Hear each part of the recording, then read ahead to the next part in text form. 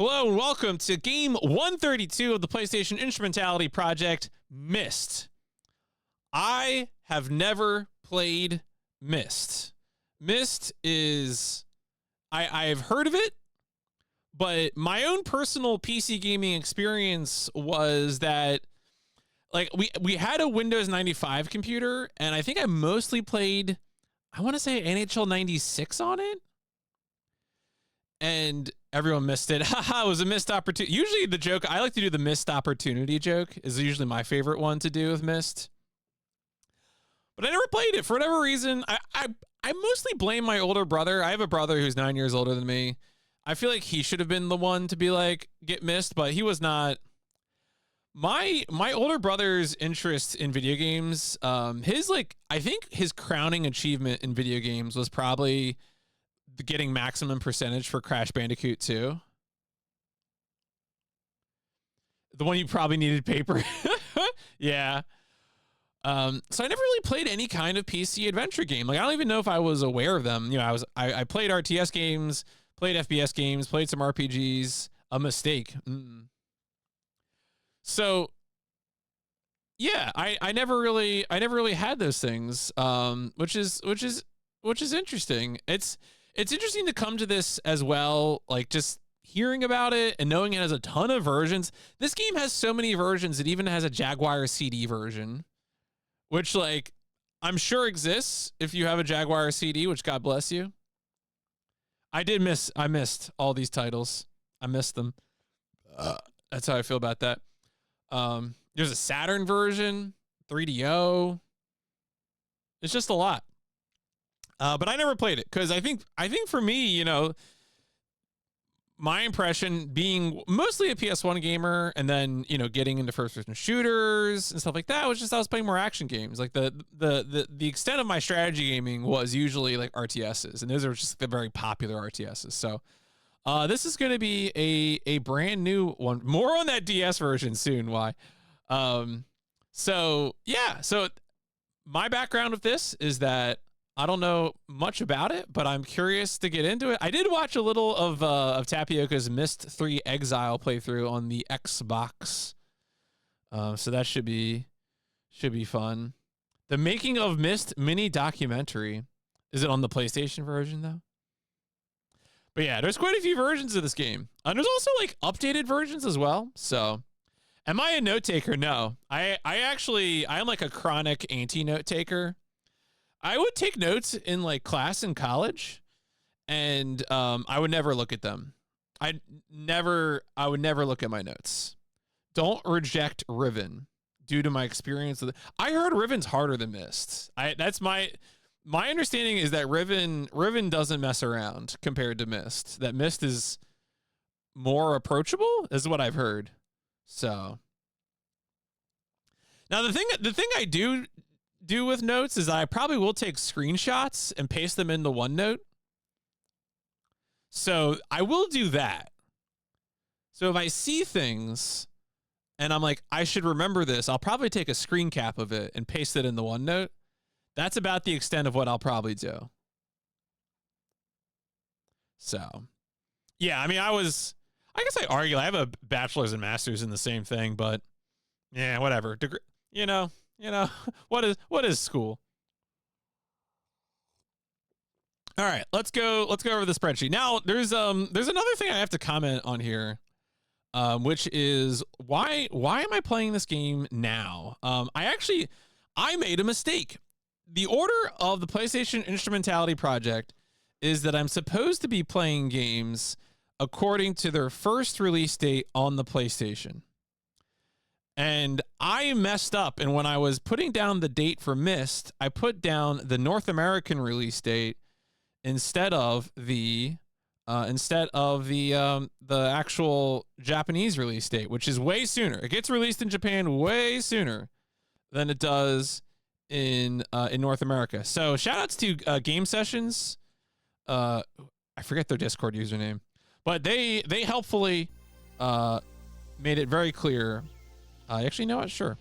They made it very clear. Oh yeah, you messed this up. Yeah. So the PlayStation version of this released in Japan like a year sooner than it did in North America. That is the truth. And now, and of course, we would have played this right between Kulik and Space Griffin, so maybe that would have been too powerful. Who could say? But yeah, that's the situation. Now, this game, of course, is an adventure game. That's not going to change. I think we all know this is an adventure game.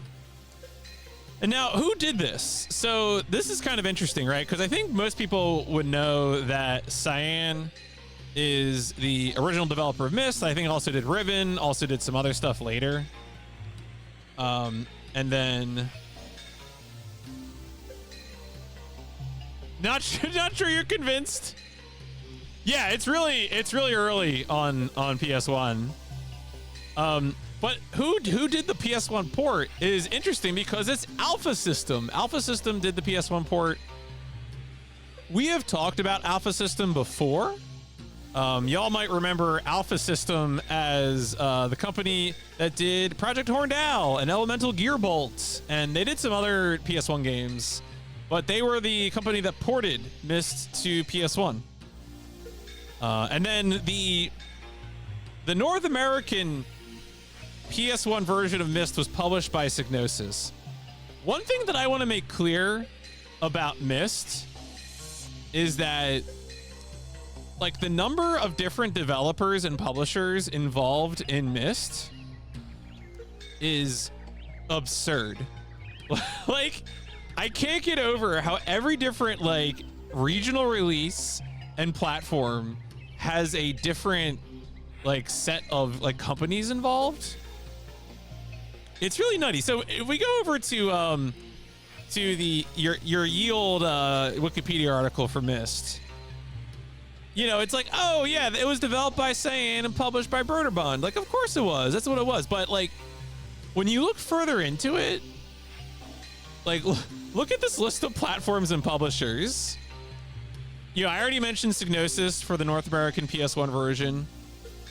The one of the original partners for the game is Sunsoft. Sunsoft did the Japanese and European Saturn release. The North American Saturn version is Acclaim, and it just gets nutty from there. It's very, very silly. PlayStation Portable, Midway, and Sega. Yeah, so Noop, you're talking about, like, you know, what is the impact of this game? And one of the impacts of this game is that, like, this is considered to be, like, the CD-ROM game. This is it. But the fact is that, like, the original version of Myst famously relies on a HyperCard, and you're not going to do that. You're not going to do that on consoles. So you're not going to just, oh yeah, we'll just put the HyperCard software stack. So in that respect, it's pretty funny. That, I mean, it makes sense that you get all these different other studios involved. But, you know, it's just like, okay. Yeah, ports to other platforms required a new engine. So pretty straightforward. He's almost hard-coded with Mohawk. Ah, okay. Yeah, so right, because Broderbund also did the North American Windows release. May have reverse engineered too many ports of this game. Oh my. You know where the bodies are buried. Concerning. Ported it to, I don't know, what would you port Myst to at this point? Maybe the Playmate? Saturn 1 is still work in progress. Now the game, you know, the game's, I think, kind of, I'm not going to talk too much about the gameplay and plot sections. There were a few things I wanted to highlight in the in this development section. I already mentioned that Sunsoft was involved. Shout outs to our Haberkes Papuito people. Yeah, using the crank on the Playdate. That's it. Playdate. I'm trying to remember the name of that thing. You know, inspirations from Zork, Star Wars, Narnia, The Mysterious Island by Jules Verne. You have a play date. You know what? Actually, I'm gonna speak this into the universe right now. Has anyone in here ever gotten a Retroid device? I keep looking at the Retroid Flip 2, and I can't tell if that's a good idea or a bad idea. But if in case anyone here has done that, you're welcome to yell at me. I can't tell if the build quality is good. And of course, you know what? The game is compared to the Seventh Guest in terms of its pure CD-ROM based games. What else is fun about this? You have a ROG Ally? I've seen that one too. Retroid's handhelds are good. Yeah, that's the Arbonic. Retro Game Core, I've been watching that channel a little bit recently. That was where I got a lot of information on it. Oh yeah. What's also really fun when you read about the development of Myst is that there's a lot of senses in here that really make you understand like how early and primordial this game is. One that's really good in here is that they're having trouble with making video in the game feasible. And the thing that made video in the game feasible was the release of QuickTime, which is just like a wonderful thing to contemplate. Oh yeah, QuickTime came out, brother. We can put video in our game Myst. Thank God, finally. So that's pretty good. I'm a big fan of that. When I was reading through here, really enjoyed that note. All right, what else is good? Oh yeah, there's some good notes in here about the audio engineering. The guy, you can tell you're a small company when it's like, our sound engineer was also our chief financial officer. Oh yeah, I mean, QuickTime was helpful, right, at the time for sure. You can play video, right? It's just... the chimes of a large clock tower are simulated using a wrench, then transposed. Audio of bubbles, which he recalled as the most hateful sound, was created by blowing bubbles into differently sized tubes in a toilet. I love Foley. Foley is a beautiful art. Sega CD FMV likes to say hi. How ass it was to try to buffer QuickTime video, yeah. Well, I mean, remember when I tried to play Gundam 009, The War for Earth, I had the whole experience with QuickTime VR, the panoramic photo viewing QuickTime software, because that's used in a part of Gundam 0079, The War for Earth. So QuickTime, look, let me tell you, guilt by association is how I feel about QuickTime after dealing with QuickTime VR for Windows. All right, so anyway, Myst was a huge commercial success. People love Myst. Broderbund's most successful title, best-selling PC game throughout all of the 90s until The Sims exceeded it in 2002. Like, Myst was a big deal.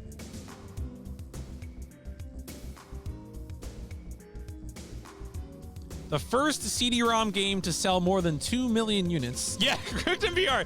Yeah, no, I spent a lot of time trying to see if I could put together some sort of hack to let that part of the game run correctly on Windows 10. Never did it. Just had to do it in PCM. I found some other people trying to do similar things, and I never found a successful thing. More successful than Doom and Civilization. I mean, I think so. I mean, Doom probably had a weird commercial track record on account of being a shareware release. Although there were later retail releases. Is that some MP3 compressor?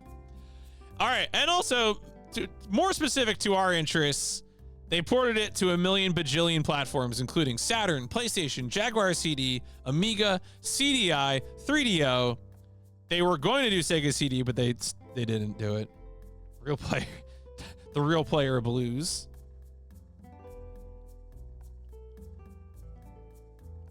And there's also like other later versions of this game, which I didn't look into any of this stuff since I'm focused on the PS1 version. I'm not too worried about that. These, whatever real Myst is, whatever Myst Masterpiece Edition is, we'll get there when we get there.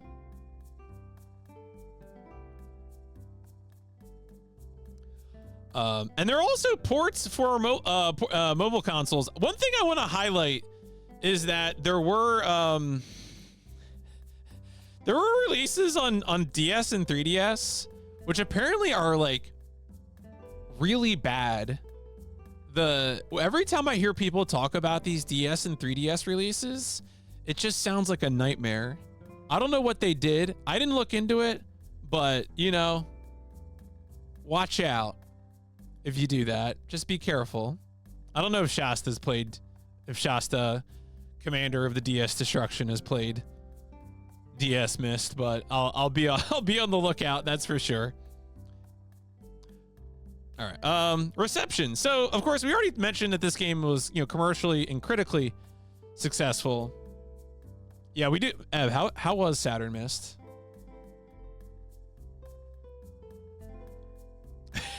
Hey Shasta, we're shouting you out for DS Myst. Now, instead of just looking at all of these, there's two things I want to cover in this reception section, which is the one thing, of course, is to focus in on the ports, right?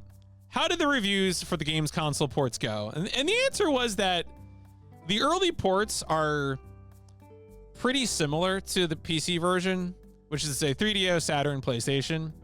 We're going to be playing PlayStation. That's the one of interest to us. Interestingly, whoever did this Wikipedia article mostly quoted 3DO releases. And then also the GamePro did comment on Jaguar CD. So shout out to Sushi X. Truly the real critic of our time. The other thing I wanted to mention about this critical reception section, because we were talking about it in the Discord earlier today, is that there is a narrative around Myst that it contributed to the perceived decline of the adventure game genre. And, you know, we talked through it, so I don't want to repeat everything that we talked through about in the Discord, but it just really interested me that, like, it's something that hangs around. There are some articles linked in here that I went over to. So here's a Game Center on CNET. This one is kind of a shit post, honestly. There was a line in here that Archie also bumped on, which is really, really wild. Where was it? Oh yeah. Now it seems people want more action than adventure. They would rather run around in short shorts raiding tombs than experience real stories. I mean, this is one of those things I'm talking about, Gundam Goku, when it's like, how real is this narrative? I think people who say adventure games declined or died, maybe, you know, there's maybe there is a narrower argument to be made about like what were the most commercially successful games. You know, you could say like, but like to say they died is a bit of hyperbole. Yeah, you could say that they're more commercially successful, maybe moving more units. Maybe. I would still want to do the numbers before I actually stated that. Also, there was another article here on oneup.com from good old Jeremy Parrish, where this is a longer write-up, but he kind of makes some similar points in I would say, a less harsh manner, but also it's still Jeremy Parrish, and I would still fight Jeremy Parrish given the opportunity.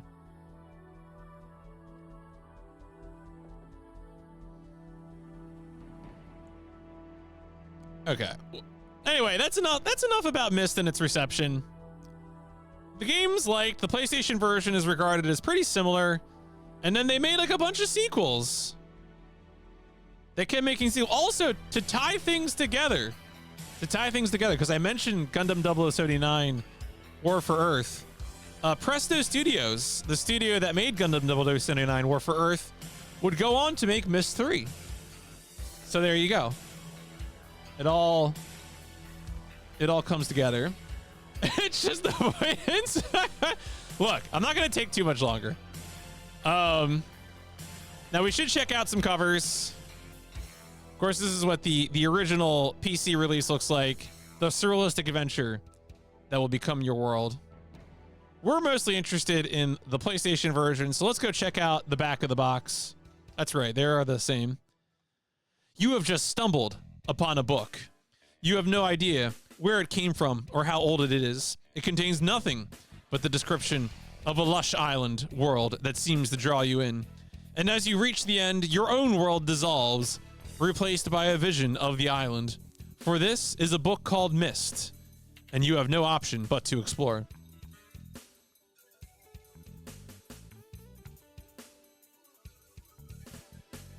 Now, one thing I want to poke at here is that the game is mouse compatible, and shout outs once again to Archie, to Archmagus, who helped me secure a PS1 to USB converter, so that I will be controlling Myst on PlayStation using my old busted Corsair mouse.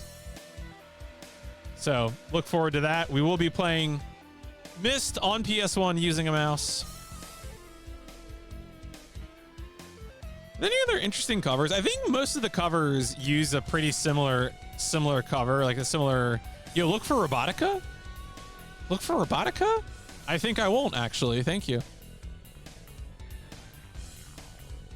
Oh, the Jaguar CD. I like how they're all. I can't tell if it's the scans or if they're actually different, like, color gradings on these different releases. It's all the same image. That's funny. So you'll notice that the North American and European release have the same back of the box with like the little bubbles. The Japanese release has just like a few screenshots, but otherwise has the same cover. As you can see, it's the same cover right there. So. Don't think there's two yet. It's all the same, folks. They kept Myst pretty uniform. I do also want to look at some advertisements, though. Yo, just looking at Myst is an adventure. Imagine what playing it must be like. Yo, it's got QuickTime video and animation. Goddamn, you love to see it. Is MPC just Microsoft PC? I wonder.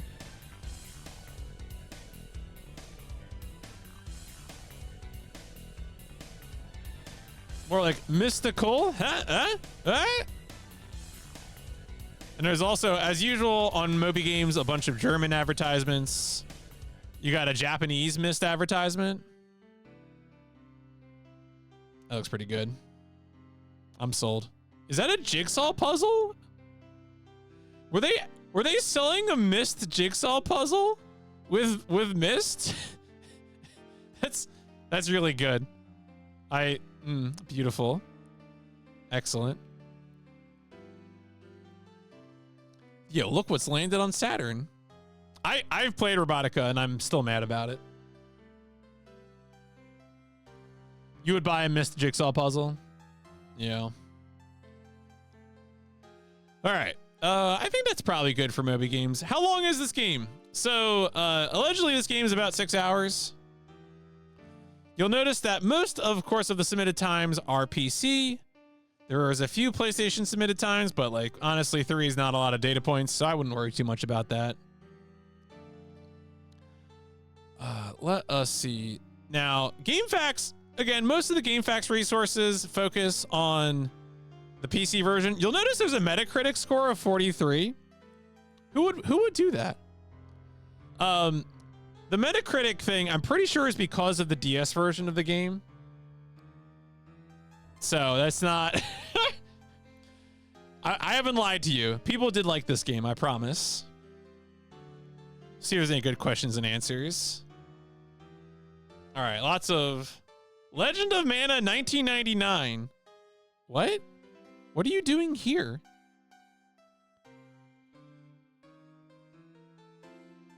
Yeah, would be better asked to the Legend of Mana board. What? All right, that's strange. Can't read books? Me neither. Yeah, they liked that at the time. Multimedia PC. I could see that. Yeah, because you'd have to have a CD-ROM. That makes sense. What is listed as cheats?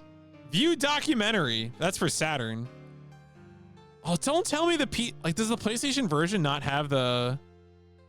If someone knows if the PlayStation version has the documentary cheat code, I would be very curious. Keep your eye on the donut. All right, whatever. I'm sure there's a ton of posts on this. Yeah, 91 pages. It's probably the most we've seen, honestly, on GameFAQs. There is a speedrun leaderboard. The speedrun leaderboard does include all versions of the game, including Jaguar CD runs, CDI runs, Amiga runs, Listar. Why did you do this? PS runs, and PlayStation runs. So any percent seems pretty short. I'm sure there's a reason for that. I'm not going to worry about it. I did not watch any speedruns. Don't worry. Now, of course, the last thing to do before we start playing the game is take a quick look at the manual. As I said before, I'll be using the mouse. So, a message from Cyan. Myst is real. And like real life, you don't die every 5 minutes. This is not the edge of tomorrow. In fact, you probably won't die at all. I will die eventually, but nice try, Cyan. There are no dead ends. You may hit a wall, but there is always a way over or around. Pay attention to detail and collect information, because those are the pieces of the puzzle that you'll use to uncover the secrets of Myst. The puzzles you encounter will be solved with logic and information. I'm gonna hit this game with facts and logic. Information garnered either from Myst or from life itself. The key to Myst is to lose yourself in this fantastic virtual exploration and act and react as if you were really there. Yeah, we got the signatures. All right, this is the back of the box text. Don't need to reread that. But yeah, basics. It seems like, you know, it's a point and click. I click on the edges of the screens. I'm sure that'll come along pretty. There's apparently a zip mode where you can like skip animations and move around more quickly.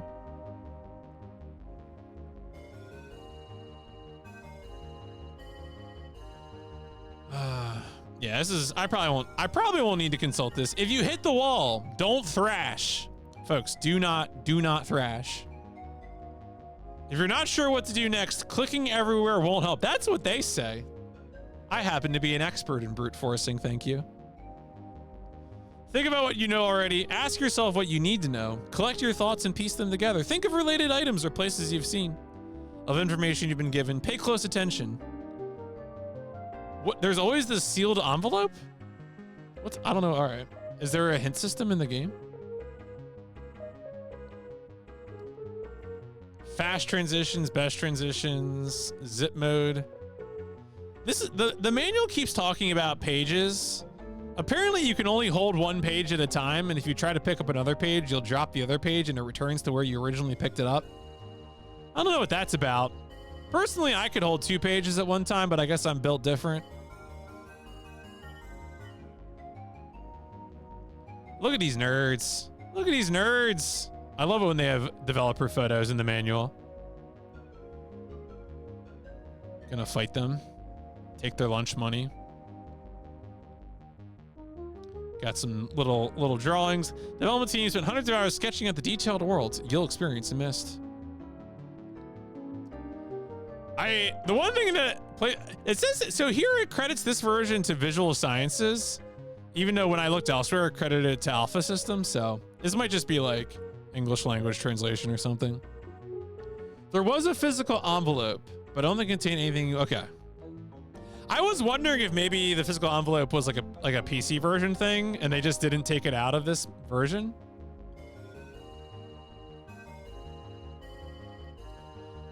A big note from Psygnosis about copyright, and I think we're about ready to get into it. That's enough stalling. Oh, I gotta go, I have to close the sheet now. All right. No longer accepting responses, save. Oh yeah, I also need to add Icy's responses real quick. Wait a second. This is important.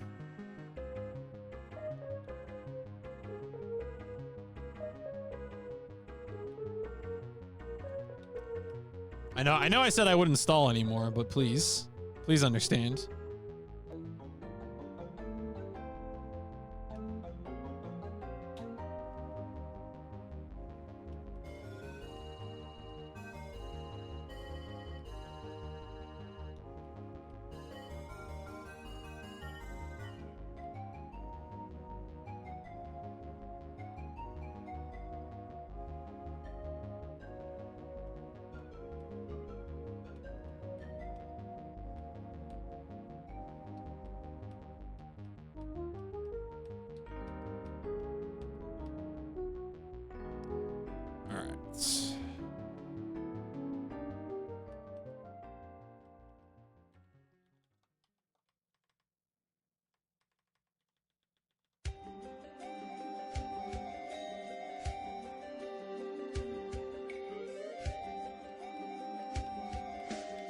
All right, there you go. Easy peasy. Song is probably fun. So convert to the party to play. Look. I'm just trying to make sure everything's set. Everything's gotta be perfect. All right.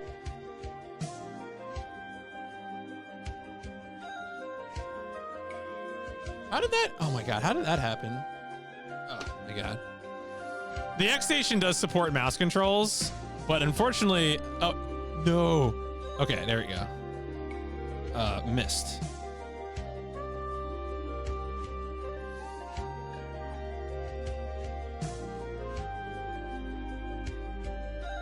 All right, here we go. Once again, thank you, Frank Ocean, for the use of your song. Sorry, I just noticed the Wizardry 8 fist fight going on in stream discussion.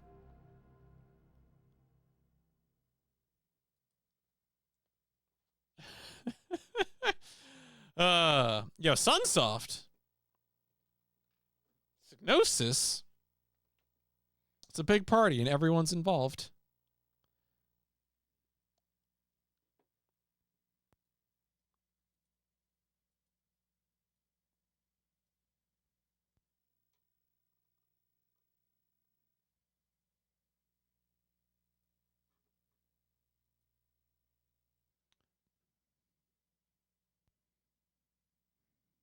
Cyan.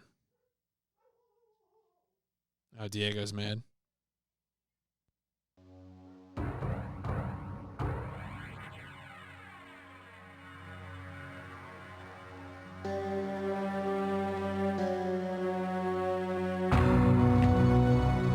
I realized the moment I fell into the fissures that the book would not be destroyed as I had planned. It continued falling into that starry expanse of which I had only a fleeting glimpse. I've tried to speculate where it might have landed. I must admit, however, such conjecture is futile. Still, questions about whose hands might one day hold my Myst book are unsettling to me. I know my apprehensions might never be allayed, and so I close, realizing that perhaps the ending has not yet been written.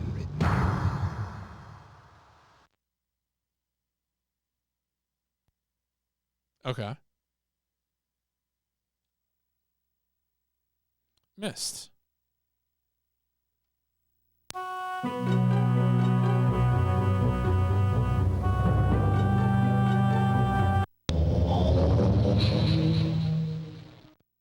Does that start the game? I'm gonna start the timer.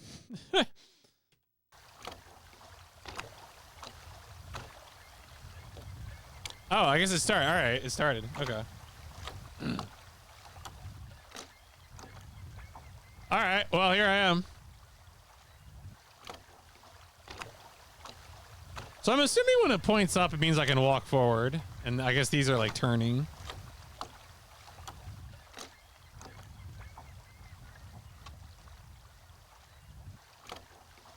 All right. So there's there's a way up there too. It's behind me. Can I walk this way? Doesn't seem like it. Oh, okay. Right click. What did right clicking do? Okay. Sim mode, load game, save game, quit Myst. Okay.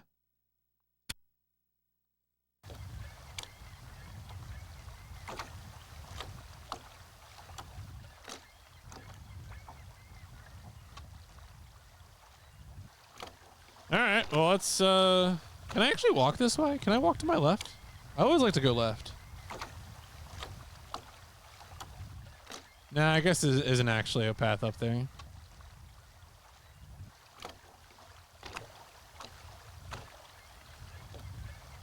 Ooh, what is this? Oh, ooh, okay.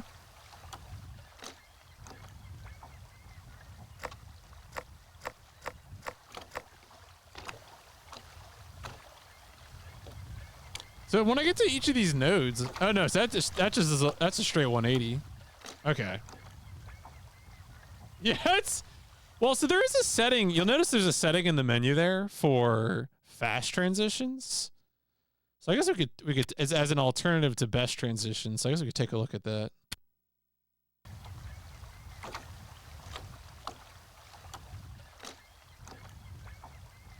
All right.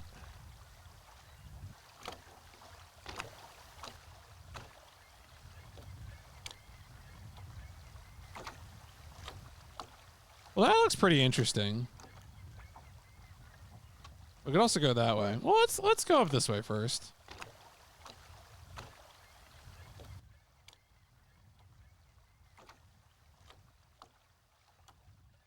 Oh, there's another switch up there.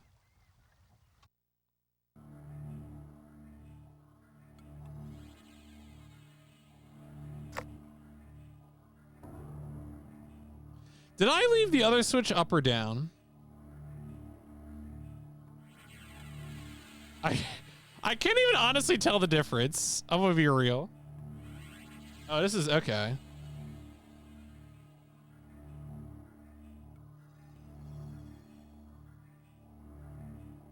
Is that gonna be? Yeah, it's gonna be that again. Honestly, this kind of, I think I played a little bit of Lego Island when I was young, and I feel like this reminds me a little bit of that kind of thing. Oh, wait. No, wait. Okay, so I did leave that up. Okay.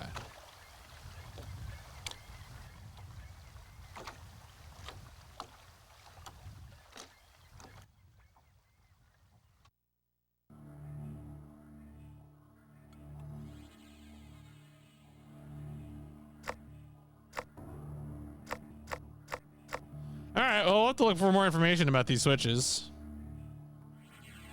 Probably walk up the other way. 300 megabytes. It's tomorrow today.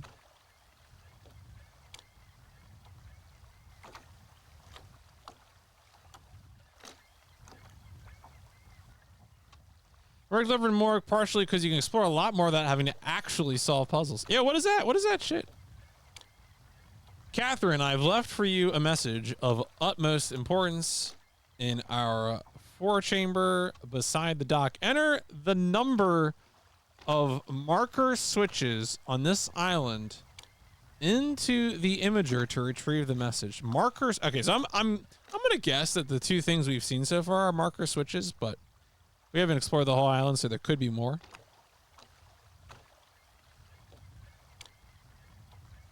I'm gonna go ahead and get my my notes for this guy going. Make a note of some of these things. Boink. That's a good question. Where is the imager? Imager? Hardly know. Yeah, no. Oh no, did I actually? All right, well, there's a third Switch. A third Nintendo Switch.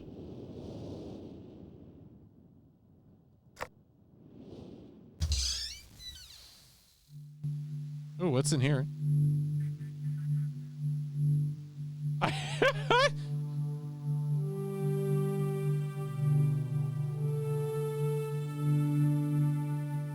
Can I get in the seat?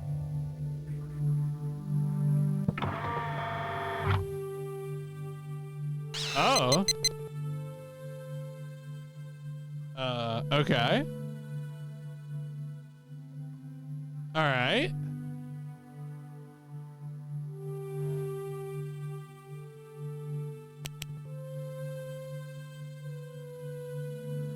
Okay, so that's date.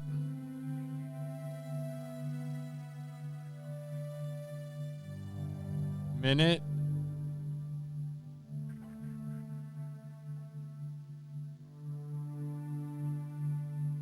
Oh, can I just move these? Oh, I can. Okay.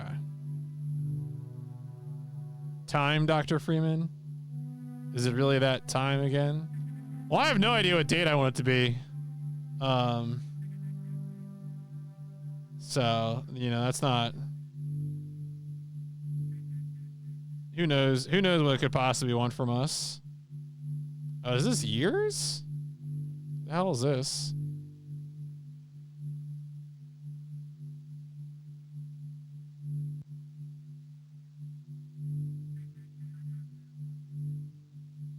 How far does this go? Oh, no, not that. This one. Keeps bringing me drinks. Sometimes you gotta... Do you have like a long layover or something? Mike, I'm guessing it was not your plan to be at Dulles for an extended period of time. 6 hours. Ugh. That is tough. Well, I can't actually make it 420, so... Well, actually, Amerlin, what if I told you that the game has mouse support and I'm playing it using the oh, okay. So this isn't a PlayStation mouse, but I have an adapter that does PS1 to USB. And so this is plugged into my PlayStation right now, and I'm using it, the power of the PlayStation mouse, but not really a PlayStation mouse. You know Joester does speedruns with an actual PS1 ball mouse?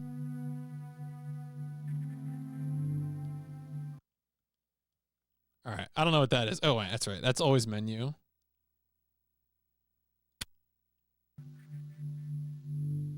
right, let's get out of here. I have no idea what we're doing here.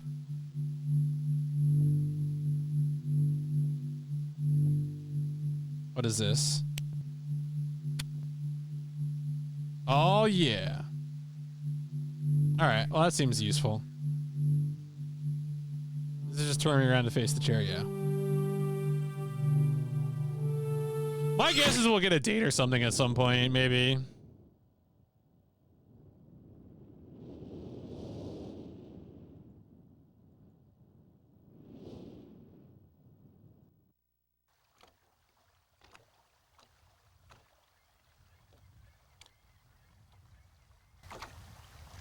So that just takes me over there. I'm just backtracking. Apparently I walked past something, which is alarming to me.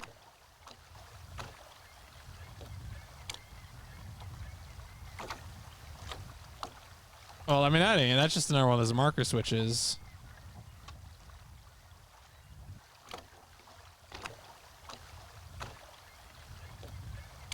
I don't know what that is.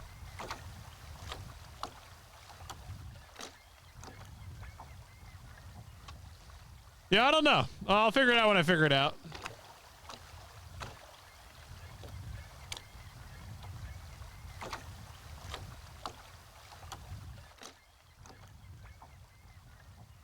Can I? No, it's not something I can look at.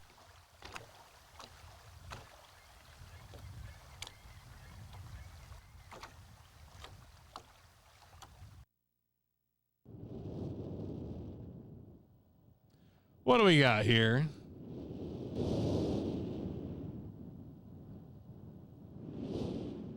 All right, so there's like a little house in there.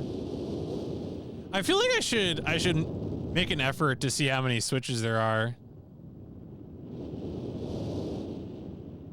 Those aren't switches. No, those are just little boxes.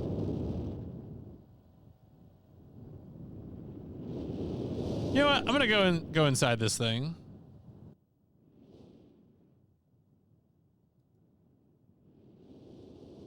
Are those books?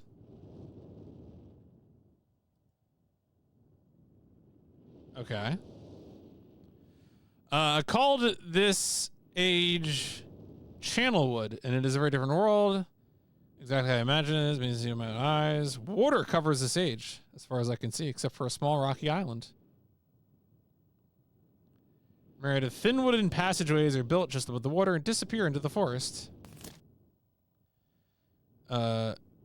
Assuming they were built some age ago for the pure age, I'm eager to discover more about the science people, but I've arrived here late and I must rest. I was waiting this morning by strange noises coming from pathway. Saw a group of monkey-like people heading my direction. They had not seen me. Response to me was one that I would have never expected. After staring at me for a short time, they fell to their knees and began what appeared to be some sort of ceremonial worship. I tried to speak to them. They didn't understand my language. Instead, they indicated through enthusiastic hand motions that I was to follow. As we walked, I began to notice that the waters below us were changing colors. Slowly, subtly, they would change from deep blue to muddy orange. From muddy orange to beautifully clear. So intrigued by the water, I hardly noticed that we had arrived at a ladder. Climbing the ladder led us through the village, which was about 10 meters above the water. Could only be reached by rope ladders that stretched from the lower paths to the village level, approximately halfway up to the ground trees.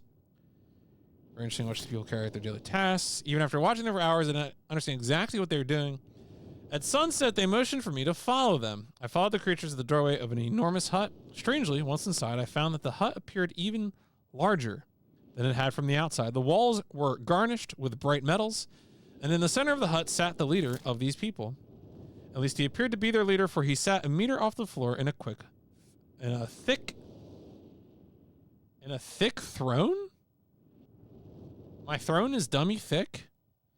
Guards surrounded the strong creature who was dressed in many exotic, colorful fabrics. Next to the leader sat a very old human.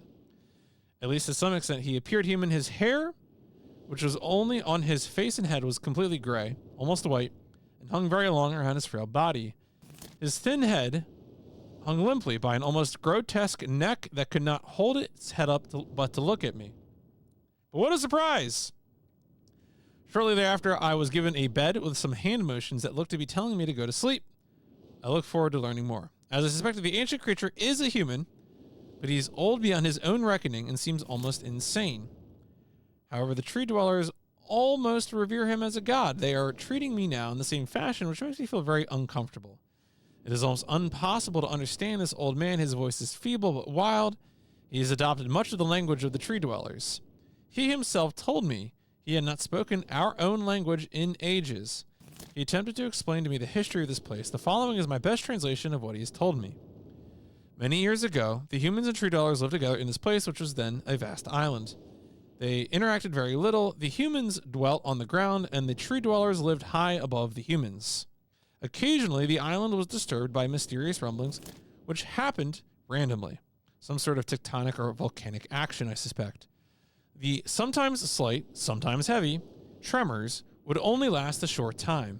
Then they would stop, allowing everything to return to normal. One day, things changed.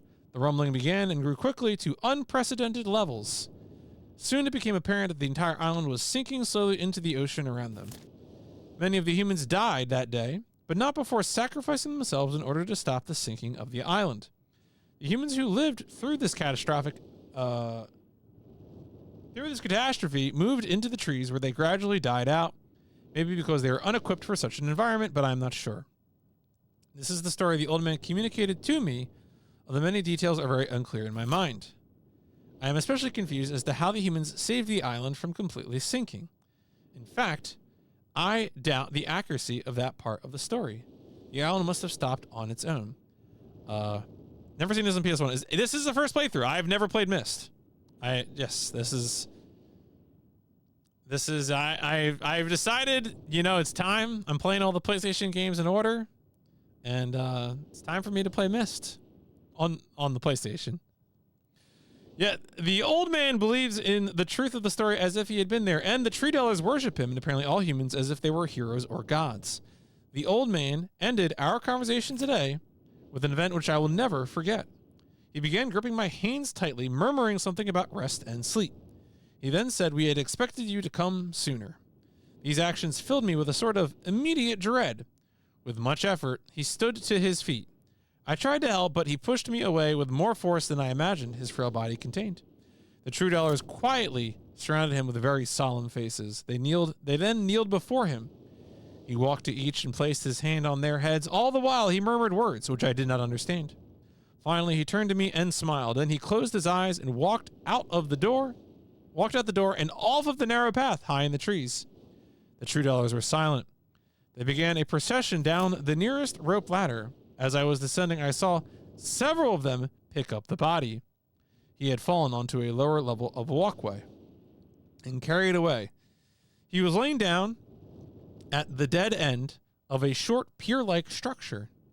With the use of some potion, one of these creatures lit the pier on fire, and I watched as the flames engulfed him. As this strange funeral proceeded, the waters around the pier changed to dull green. This morning I awoke, finding it hard to even believe the previous evening's events. The water is a dull green for as far as I can see now. For some reason, the water no longer shifts color. As I wander throughout the pathways, the creatures watch me, curious to see what I will do next. They are constantly offering me strange objects of affection. I even found food outside the doorway to the room in which I had slept. This is a unique race of beings. I hope to learn their language soon so that I may learn more from them. I have lived on this world for 3 months off and on, and the tree dwellers have shown great hospitality. I'm even beginning to learn bits of their language.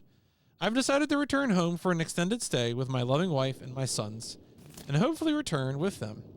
However, I am sure Catherine will once again refuse. I think this age would be a wonderful experience for them all, and I at least look forward to how Cirrus and Achenar will react to its curious inhabitants. Cirrus. Catherine is staying behind as expected.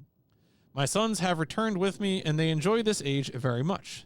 They get along very well with the true dwellers and are picking up their language surprisingly fast. I have no doubt that it will not be too long until they can speak with the true dwellers much better than myself. I am leaving tomorrow to check on I don't know, the Oswald age. Cirrus has suggested that I allow him and his brother to stay. Though the idea unsettles me, I know the boys are growing up rapidly. The hospitality of these creatures is such that I could think of no better place to leave them alone for a short while, so I will consent to their request. I warned the boys not to take advantage of the respect the tree dwellers have for their ideas. They seem to understand my warning, and I have faith that they will follow it. Much to my dismay, upon arriving in Everdunes, I learned that Pran and her people are continuing to be menaced by the Chachtik. Or the Coctic? A Coctic? I fear for their survival and plan on returning to her shortly after checking on Cirrus and Achenar here. See Everdunes Journal for more information. After watching Cirrus and Achenar, I see they are handling things very well, and I think I can put to rest any fears about leaving them in Channelwood again, and for a little longer. The true dwellers seem slightly distressed that I am leaving, but are happy that Cirrus and Achenar are staying behind again. I have been gone for over 3 days and have been to many different places. I had to tell Cirrus and Achenar about Prain's death today, and they were visibly shaken, although they only remembered her from their childhood.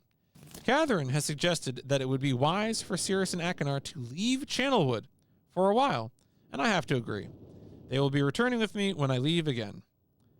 I have told my sons that they will be returning with me in 2 days. They spent the entire night telling me of an adventure they experienced in my absence, and it was rather remarkable. It seems they constructed a boat with the creatures and traveled some ways out into the surrounding waters. I enjoy hearing them talk excitedly of their adventures, and I am reminded of my own adventures as a child. I finally understand why the tree dwellers have been giving me their many inks and insisting I write with them. Looking through some of my past entries, I see now that the inks have changed from the black I thought they were to various different colors. I have shown some of the creatures my journal, and they laughed and howled. I did not know they had such a sense of humor. Even now, as I look through this very colorful journal, I could not help but laugh myself. We will be returning tomorrow, so my sons are with the creatures for the last night here. They have told me they would like to come to Channelwood again and also asked if they can visit some other ages alone. Though I'll have to think over the request, I believe they have proven to me that they are trustworthy and responsible. Catherine will also have to help me decide whether they are ready for travel alone. For now, I must give my farewells to the creatures, for I do not know how long it will be until I visit this age again. There you go. Wow. All right. Reading, folks. This reading is happening. It is, the mist is real. The reading will continue until morale improves. Got some cute drawings.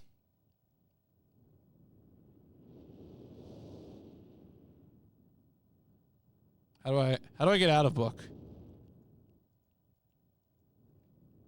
Forgot about the fun part. Well, I mean, look. Life is hard, all right? Oh, that okay. Oh, there we go. Just have to click on the very edge. Can I read more?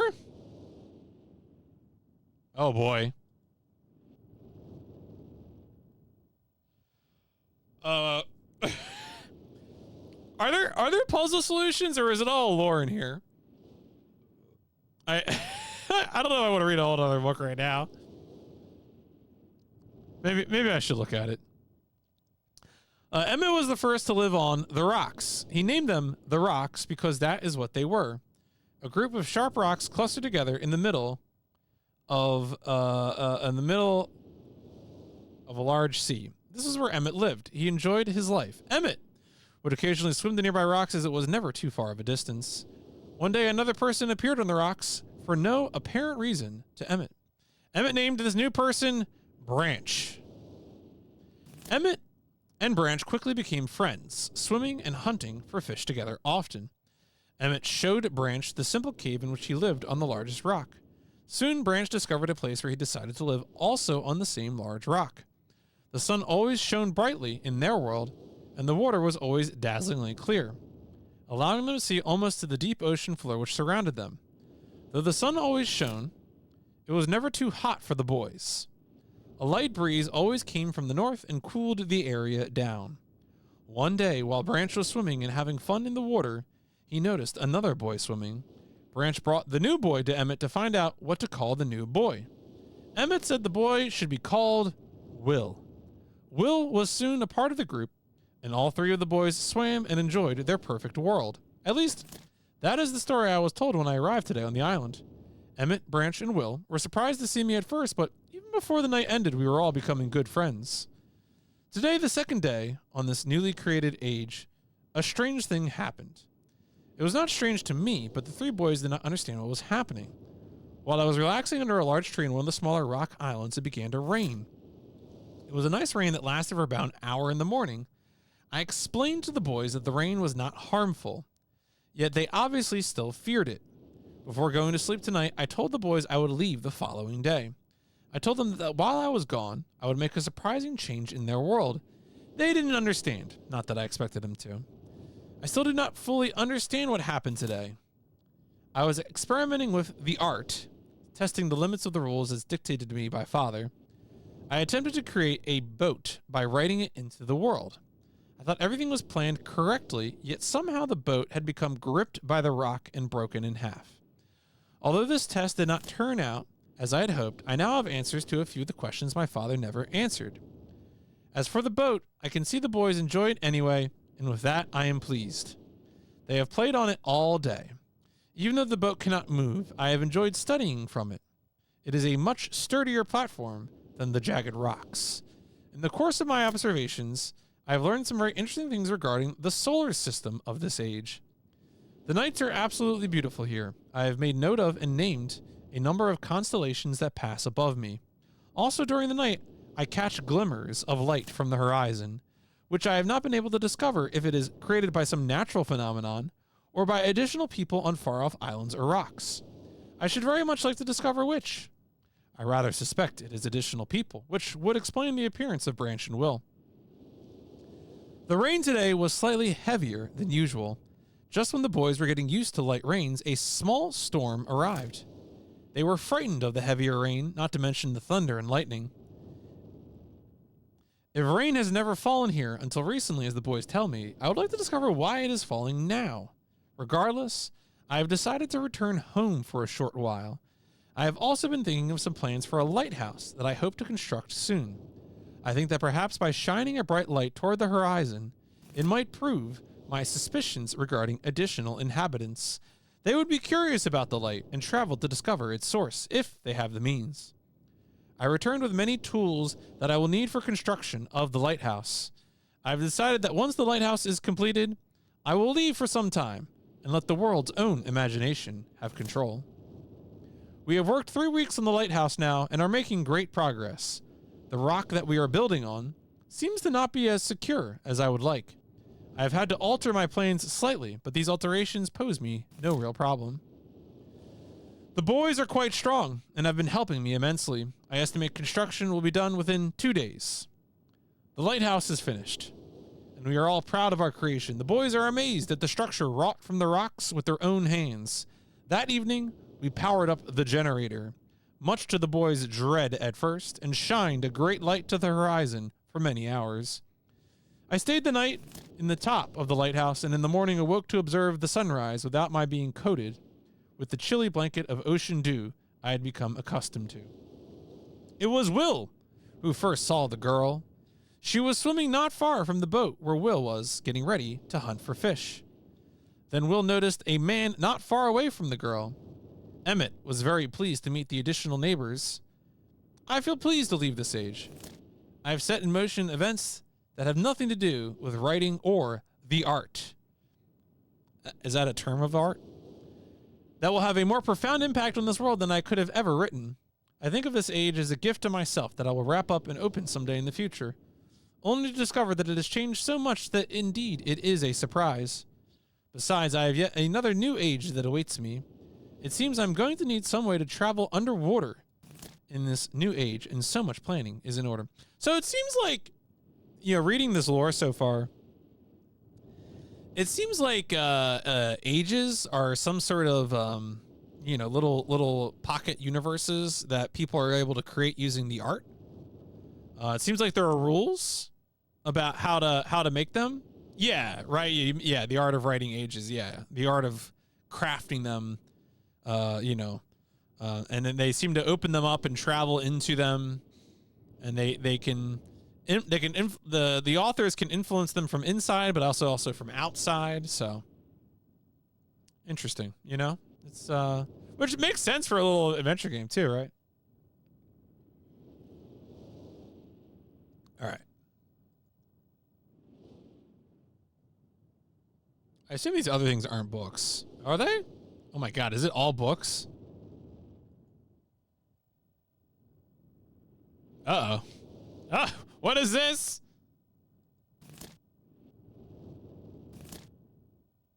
All right, screenshot time, I guess. Yeah, I was like, do I need to read all of these now? But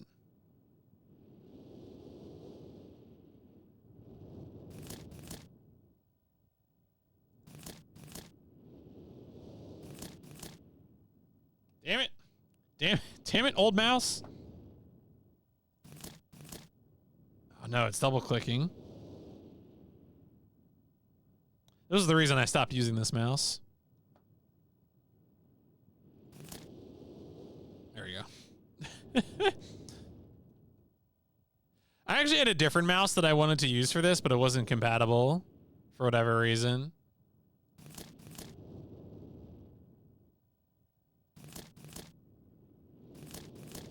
No.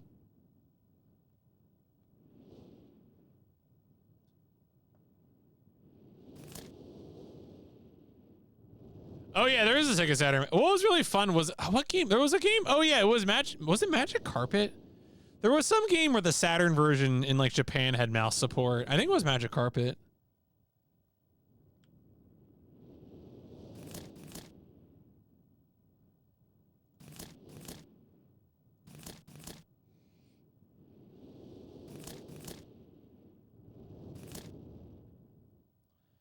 Gonna have to go find. I don't even know if I have another mouse. I guess I could try my normal mouse. I'm sure I have another mouse somewhere.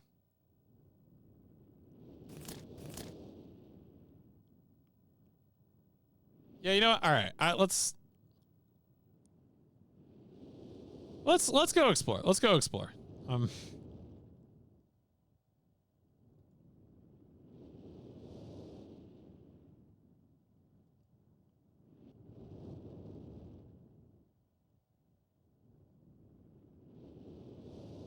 Surely part of the experience, yeah. It's my penalty for not having a ball mouse.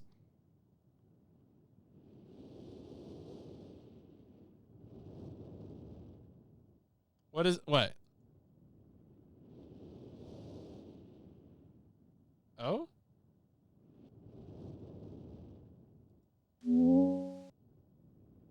What was that noise? I mean, you have a wireless mouse, don't you? That's not gonna... Would that help me? Would it power a wireless mouse? I don't know.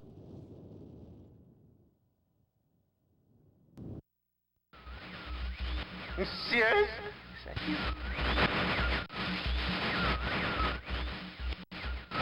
Are you? See you. Can I? Help me.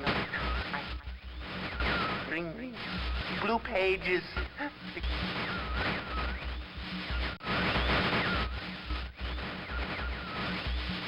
Never and ever.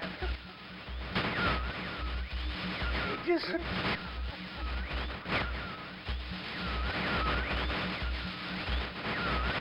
I must have the blue page.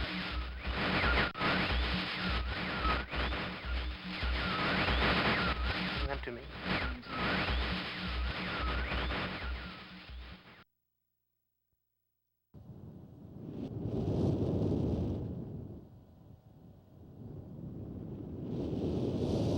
Okay. So that guy called out Sirius. So my guess is that's like maybe Akinar or somebody. I would assume they would be paired in their shenanigans.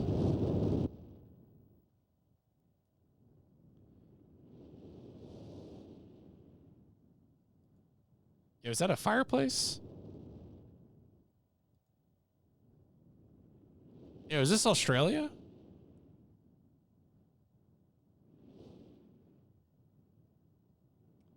Tower rotation.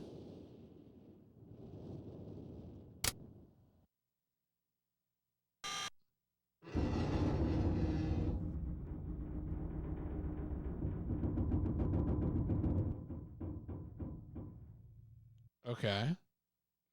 So yeah, this is the map of, yeah, right? Because I came up there, I can walk up there, walked around to here.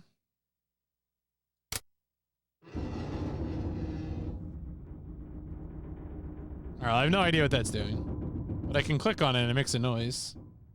So that's fascinating. There's another one of these books over here. This is, I guess this is red.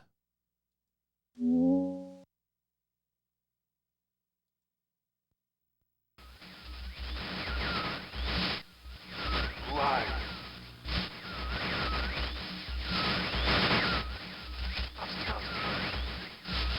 Bring me a red page.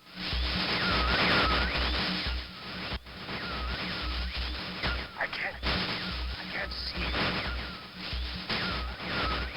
I need a red page, you must.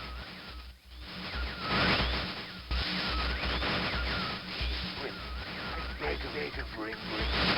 Shh.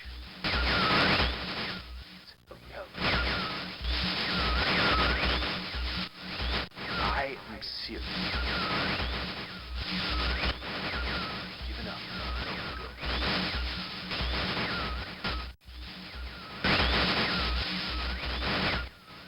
There is one thing I will bring to the rescue. You must.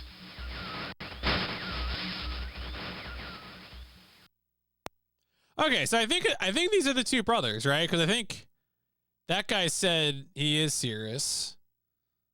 So So it must be the two brothers. I don't know if they're trapped in the books or something, but or if they're just using the books to communicate.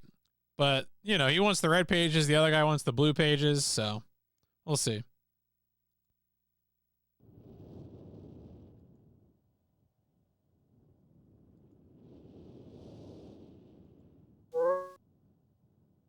What? Oh?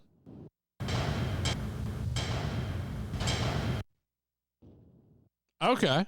Sure.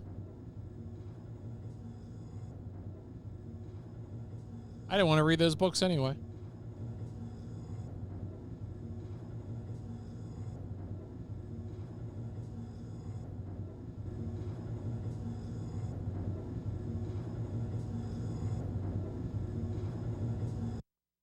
I'm gonna switch to best transitions real quick just to remind myself.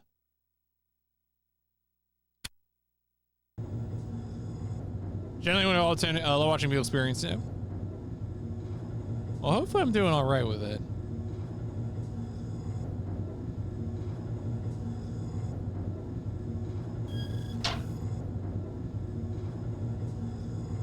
This is ominous. This is like this is where we send people to get immolated. Like,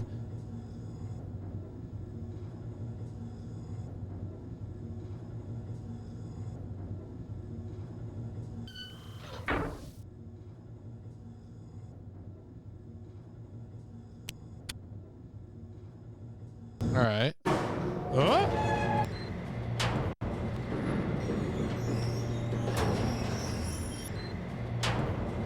They did promise me that I wouldn't die. It's true.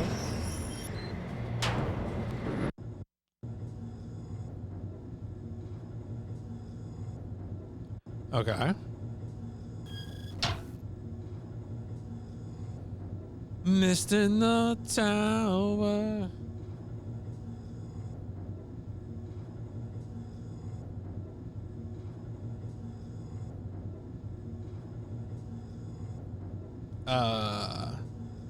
Oh, do I need to change the direction the tower is facing? Probably.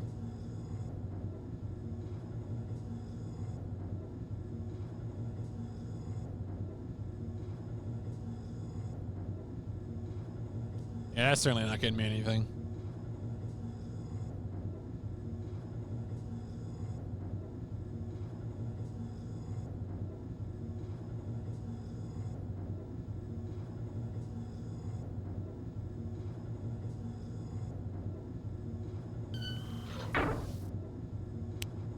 Now, here's another question. Is there another destination on this, or is it just between the two locations? I guess it's just between the two, yeah.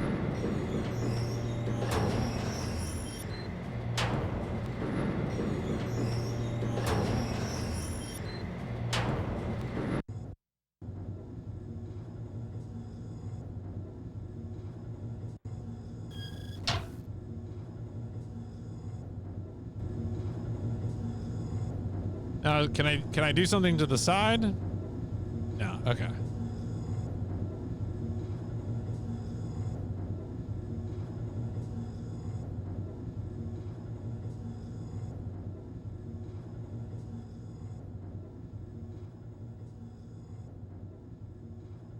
Oh.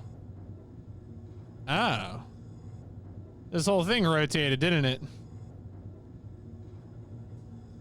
Hmm. All right.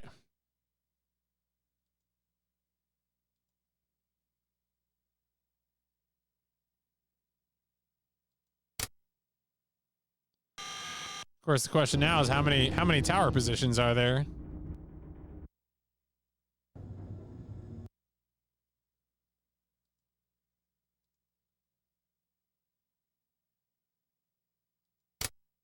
Oh, do I need to? Oh my God. Oh, right. Okay. Uh-huh. Okay.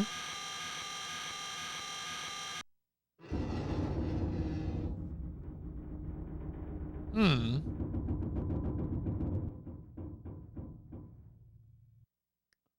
So now that was a red line. So what does that mean? I wonder if I go back up to the tower.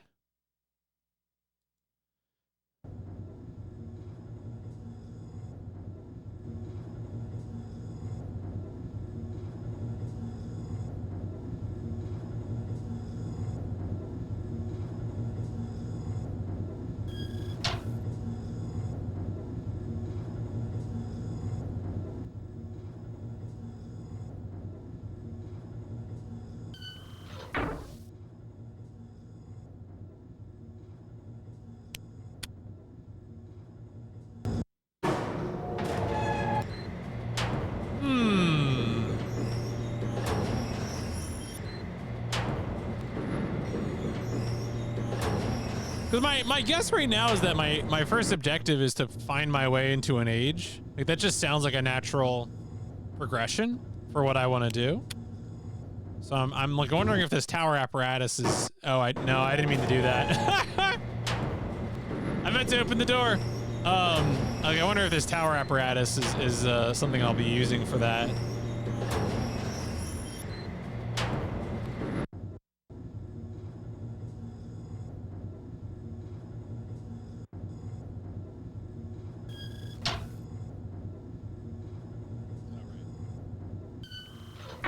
All right, this time I'll open the door when I get to the other side, I promise. The prequel to Riven. Some people have said this.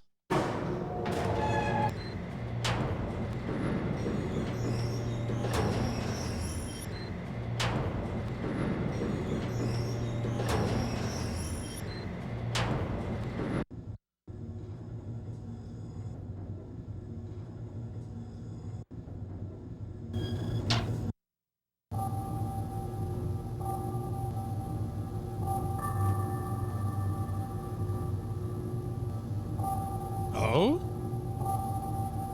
What's going on up here?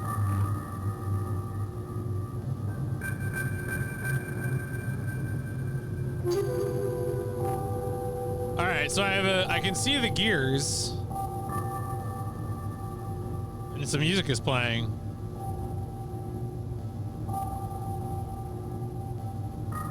I guess it just gives me a view of the thing because the line was looking over the gears.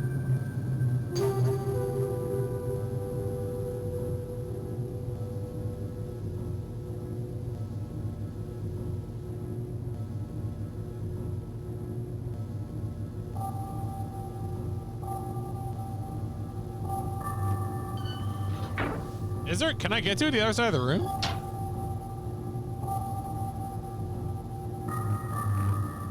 That's just a. Oh no, I can.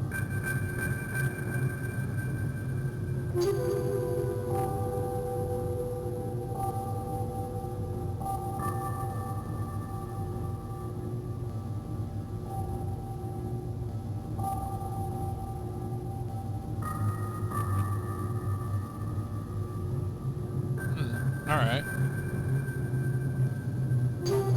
Right, they would mask it. Yeah. Well, I don't know what this means, but this could be time. This could be that time thing.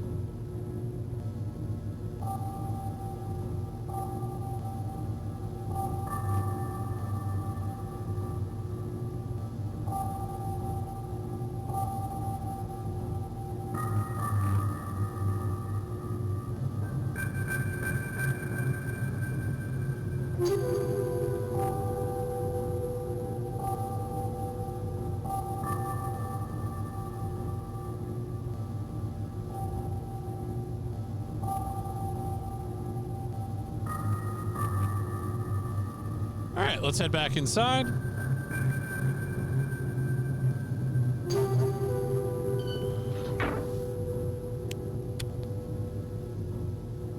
So we got some sort of information in there. I'll probably rotate the tower and see, because I think there was another area there was a red line.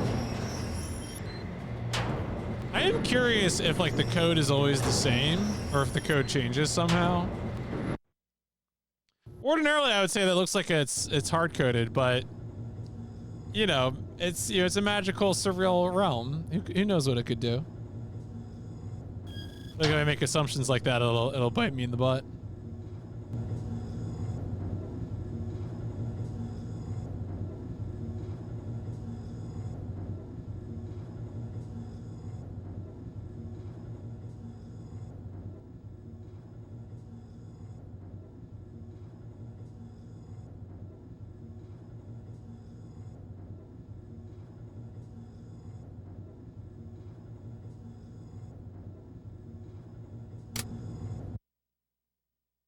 Okay.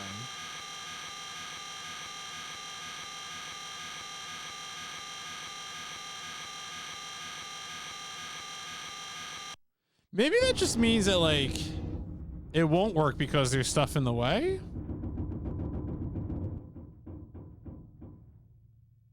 I don't know.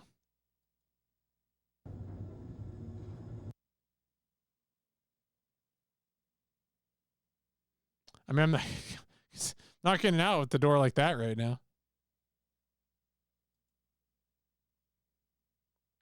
Is there anything else happening in this room? Nah, it's just a blue book, red book.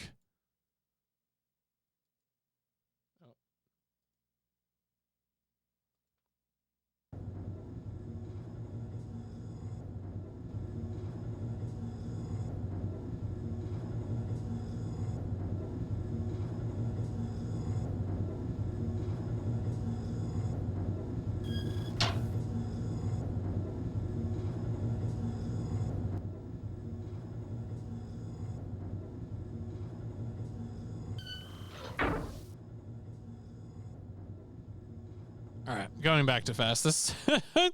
You did it for a good second there.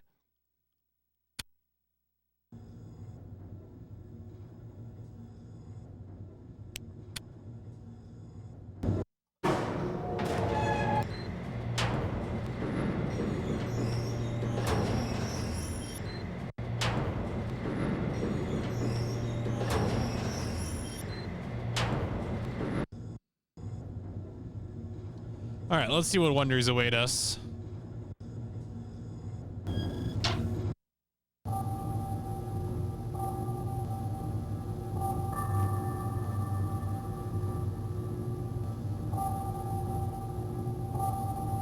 Yeah, okay, so we can see down onto...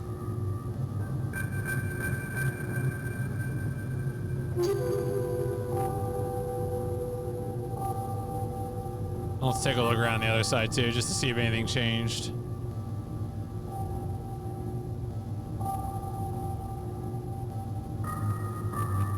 What is that little key picture? I don't know. Good question. Oh, hey, what's this? It did change. Okay, all right, we got a bunch of dates now. Huh. Well, great. Okay.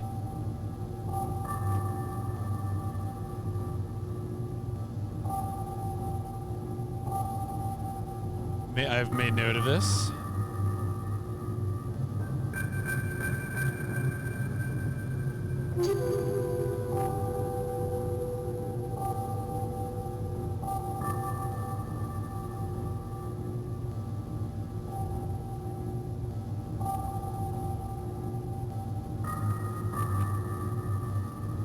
So the one side has the key, and the other side is a picture of a book.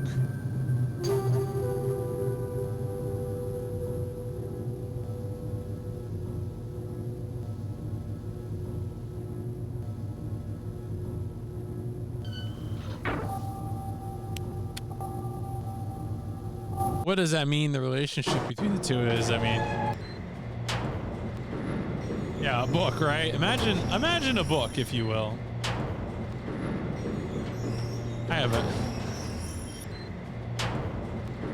I mostly read out of a Kindle nowadays. Been reading BattleTech books for like 2 years.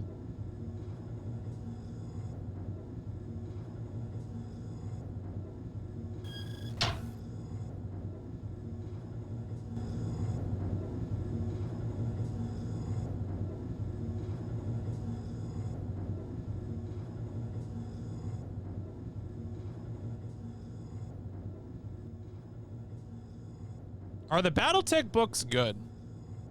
I think there are certain authors and certain sets of works that are good. I wouldn't call them like all good, but I think, you know, recounts deeply incriminating. Any of like the Michael Stackpole stuff is usually pretty good. The war, if like you want space opera, I think the Warrior trilogy is probably a pretty good one to go with. Or the Blood of Kerensky trilogy. Yeah, I would say that stuff, because that stuff gets into like the big, like massive invasions and daring political strategies and that kind of stuff. Because, you know, like some BattleTech books are just like, in a backwater planet, a young man learns to pilot a mech to fight off pirates, and like their stories are fine, but they're a little different than like this guy declared an invasion of his ancient enemy at his own wedding, which is like that really hits a certain spot, you know, in a way. I'm like, ah, yes, all right, I see you, Hans Davian. He's like, my new bride, I give you this nation, and representatives of that nation are at the wedding.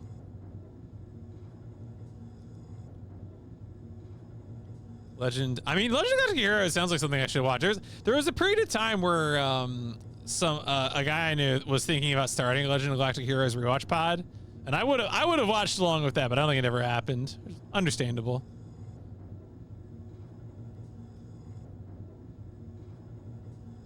So I'm wondering how I get out of here again. My guess is I need to make it face the other way.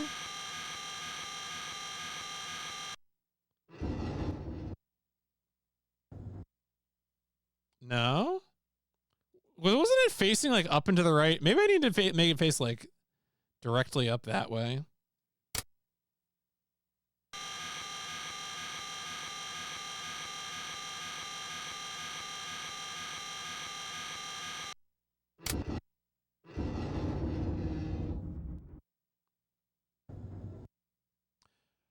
Oh, wait. Oh, do I have to? Oh, is the locked door actually this thing's fault?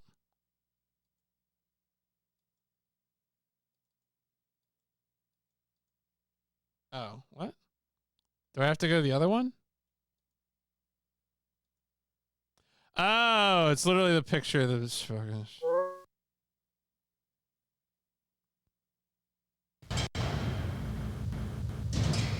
Personally, I would design it as a binary system.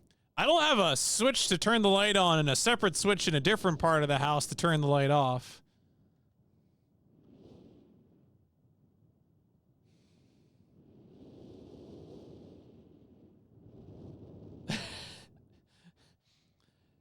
Yeah, no, that's right. I'm sure if I went to AO3 right now, people have done Hans Davian and Takashi Kuroda. Like, I don't even doubt it for a second. And also, well, probably not what's his face. Probably not Maximilian Liao, but Takashi, yeah, Takashi definitely.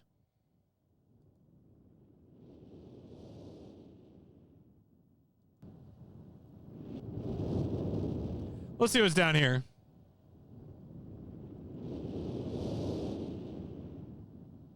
Oh, this is the broken boat, isn't it?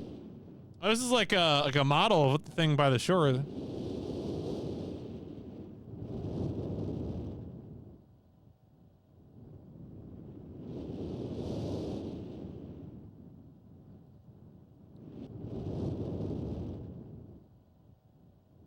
Oh, I guess I can't. Can I not go further than? Okay, I can. Okay.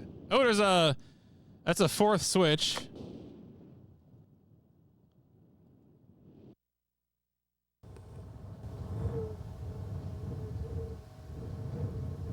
Oh, there's like a little clock tower back here.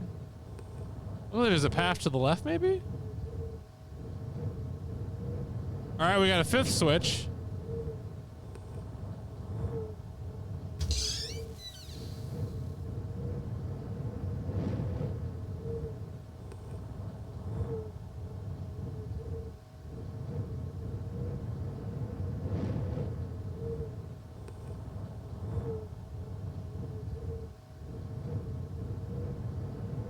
Oh, what? Oh.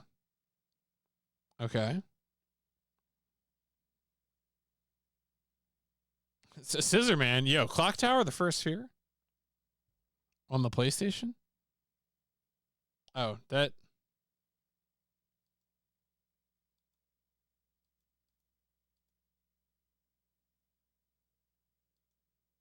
What's this? Did I get a number? 221?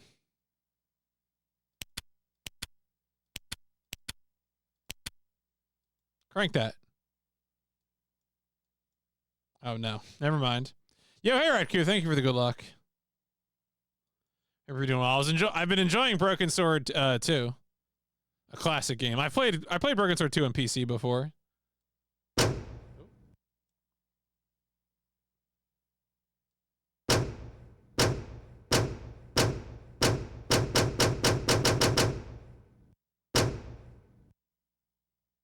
All right. Well, I don't think that's working. That was not the code.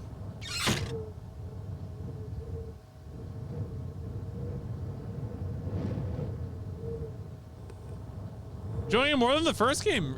I feel like they're pretty comparable in my mind. Like they're pretty similar.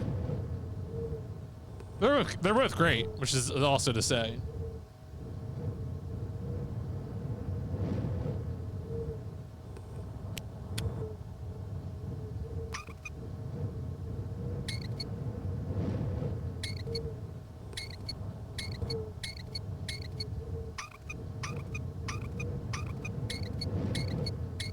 Like a DJ.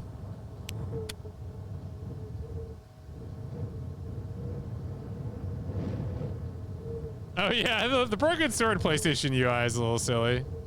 Whatever, I can swim. I can swim, right? I can swim. Is that another switch? That might be a 6th switch.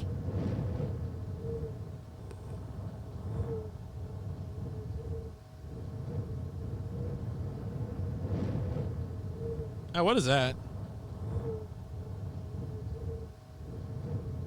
Oh, we got a 7 switch. Or, yeah, 6 or 7. We'll return to France and spend time in the same places. Oh, yeah. Oh, yeah, seriously. Yeah, I can see that.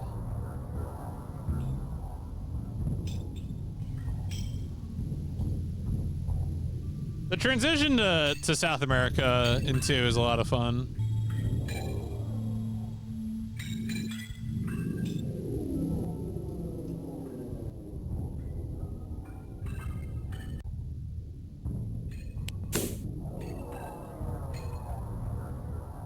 All right. What is going on in here? Is this where they keep the bodies?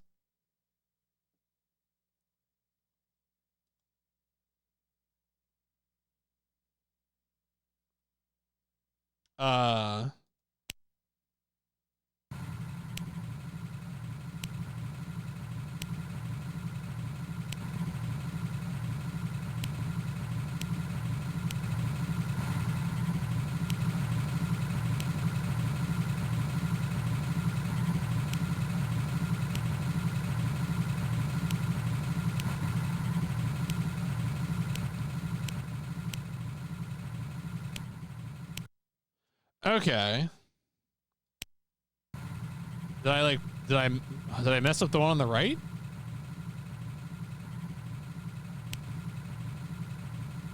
Do I need to like step back and oh, what is it? What is this shit? Powered a spaceship. Huh.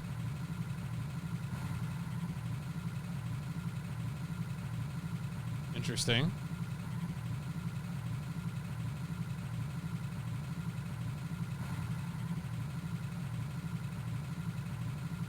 Yeah, I mean, those are 10 generator switches. It's very, that part of the diagram is extremely helpful.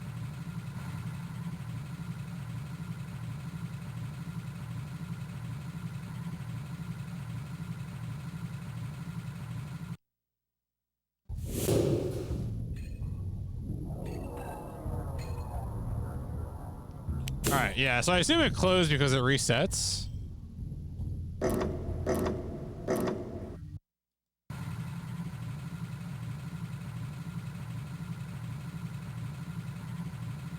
Maybe not.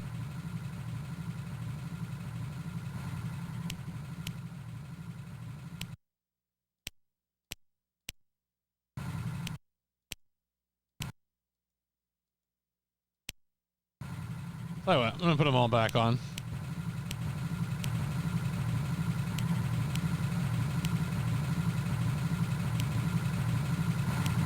Maybe I needed to be powered.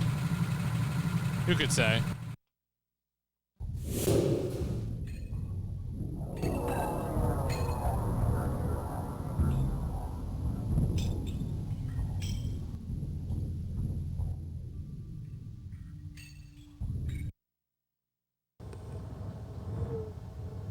Oh, is there a...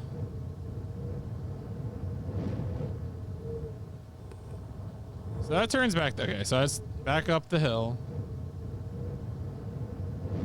Oh no, this must be the, yeah, just the little shack. Yeah, okay.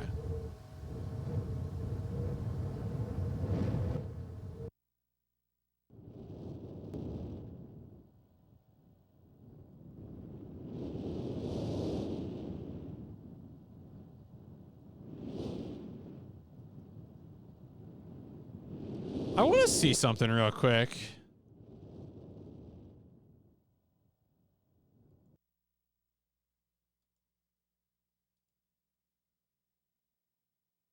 Oh, okay. So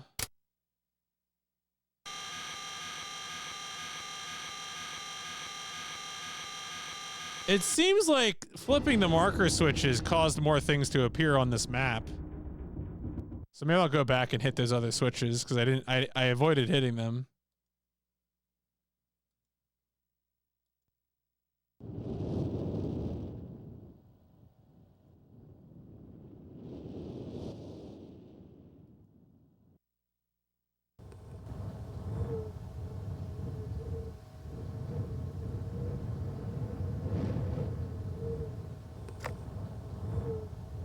I guess that's why they're called marker switches.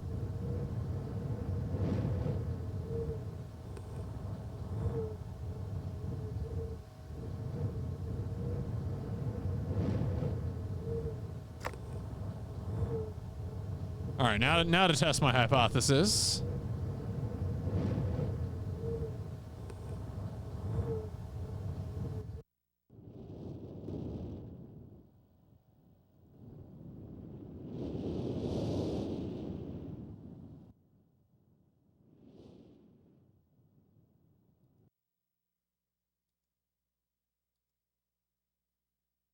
Yep, okay. So it does indeed do that.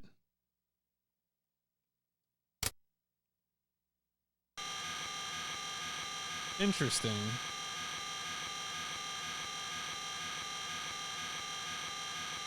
Of course, none of those interfere with, I guess, the tower's location. All right.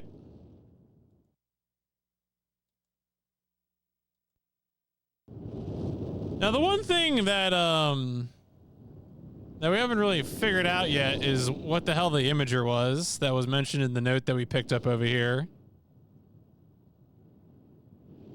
That's the room that we could put dates in.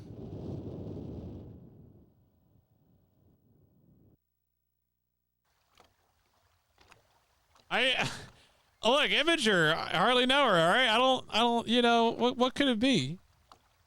I would if you said imager, I would expect like a camera or something, right? Like something that like a, you know, you gotta understand that imager is a word that I deal with in a professional context, and like specifically in like a definitional.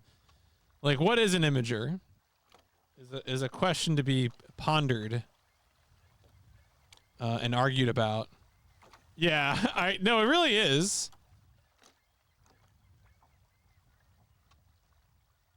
Because now I'm like checking. I'm like paranoid.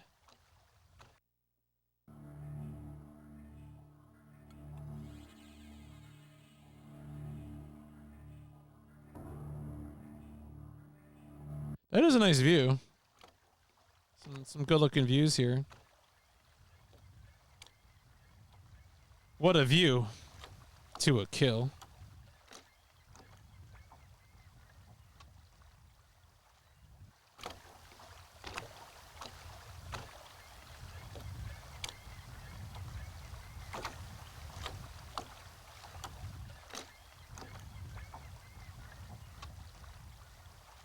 Now I can't like walk onto it. Just jump in the water, dog. Nothing there.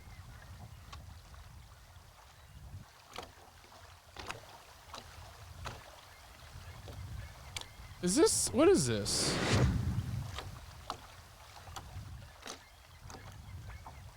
I swear to God I clicked on that before. the tapes. Over. All right. All right. I'm gonna take this to court.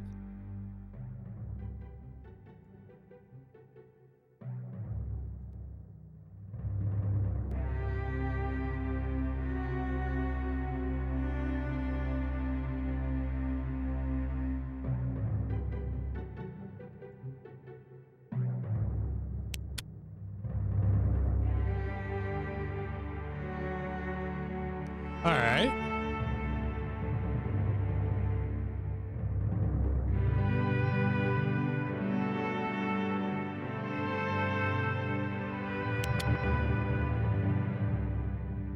Does this revert it to, yeah.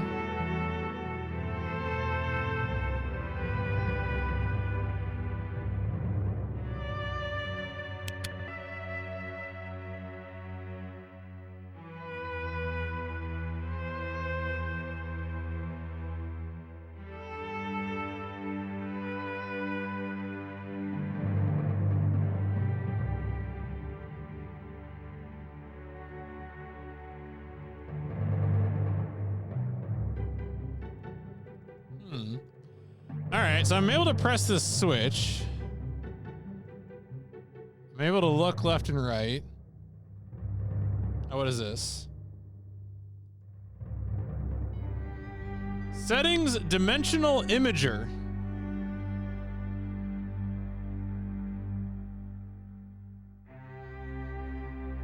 Okay.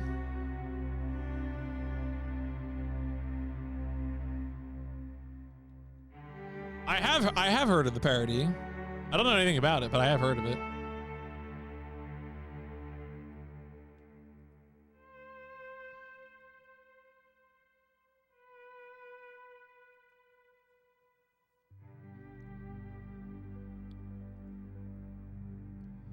All right, so wait, so what did this say again? This is topographical extrusion test, water turbulent pad, marker switch diagram.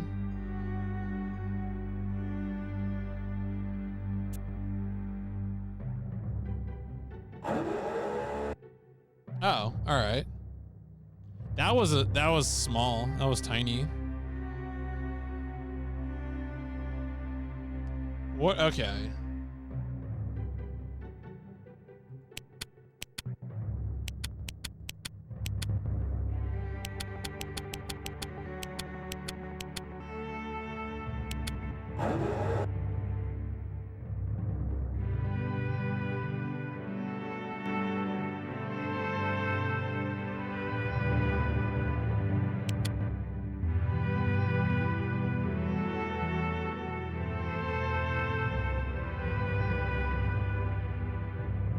All right. Yep, that's a topographical extrusion test. All right.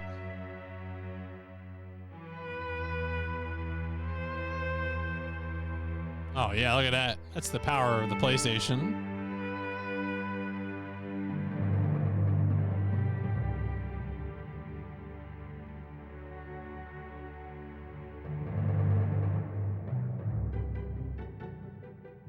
Mind-boggling effects.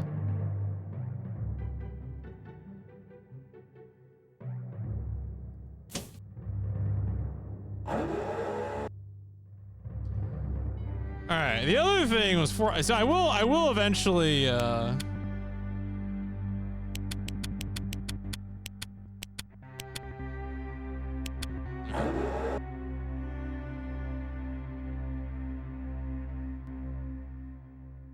John Goodman isn't pissed. Wow.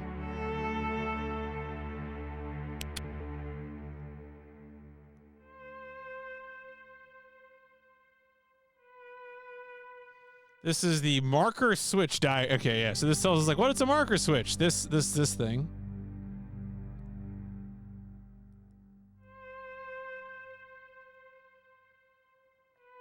So I think we saw 7. So I guess we'll put 7 in.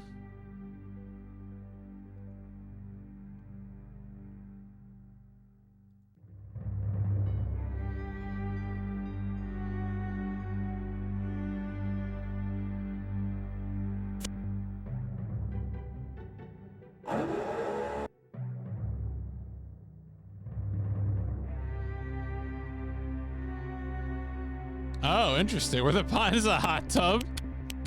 Wow.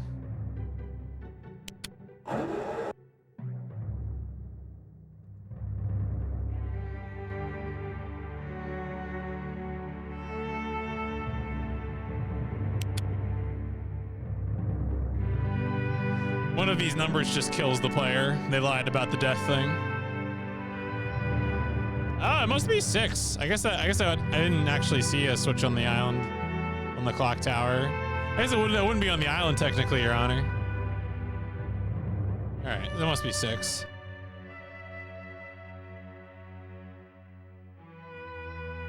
Oh, we haven't gone everywhere. Maybe.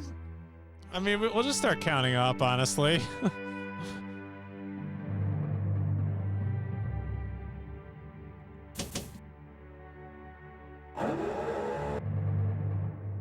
I'll do 6 and we'll do 8.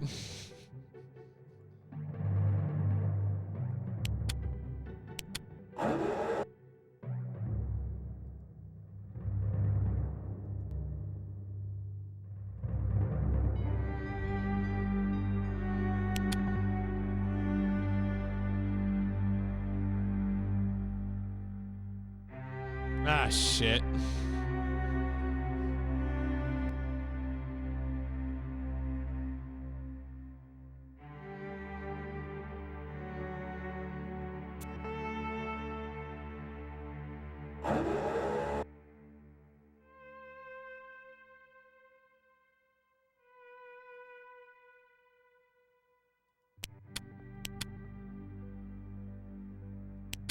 There's no way there's more than 8 switches, though, right?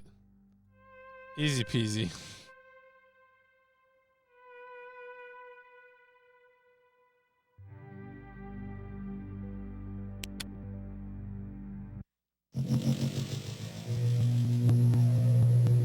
Catherine, my love, I have to leave quickly. Something terrible has happened. It's hard for me to believe. Most of my books have been destroyed. Catherine, it's one of our sons. I suspect Achenar, but I shouldn't leap to conclusions. I'll find him and Cirrus as well. Oh, I should have known better than to have left my library unchecked for so long. Well, I've removed the remaining undamaged books from the library and placed them in their places of protection. You shouldn't have to use the books until I return. But if you've forgotten the access keys, remember the tower rotation. Oh, and don't worry, Catherine. Everything will be fine. I'll see you shortly. Oh, wait, and erase this message after you viewed it, just to be safe. Okay. Something about tower rotation?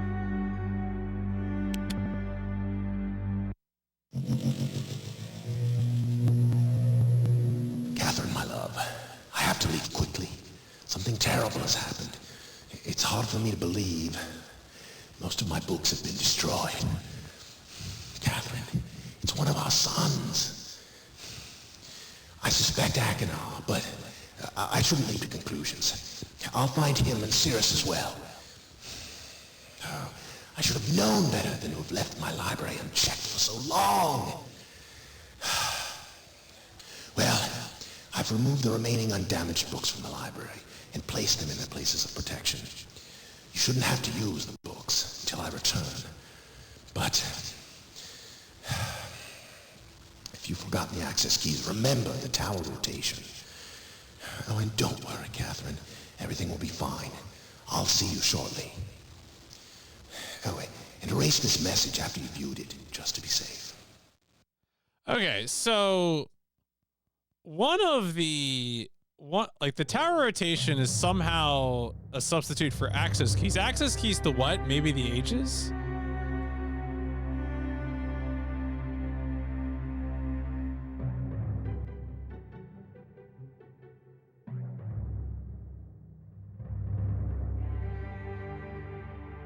Okay.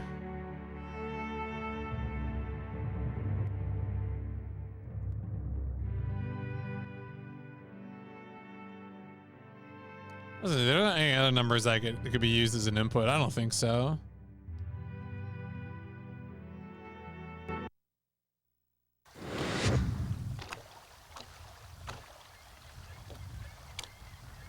All right. So the tower rotation is important. There are books and places of protection. Maybe those are important too. Tower gives you info. You just have to figure out where to apply that info. Yeah, my guess is that, I mean, maybe I have to do that date thing. I can take some of these dates and put them into the date chair. I don't know what that does, but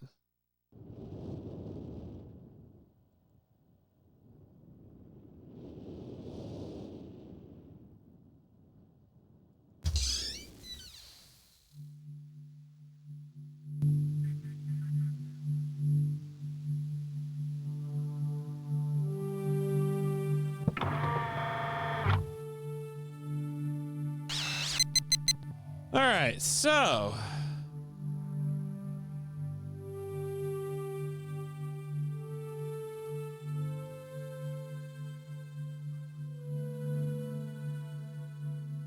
October 11th, 1984.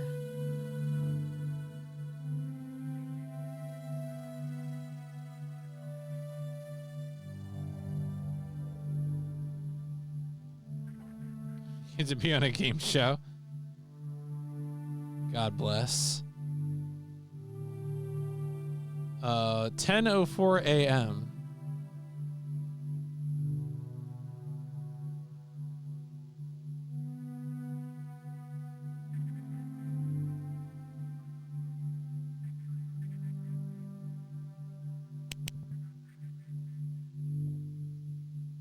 All right.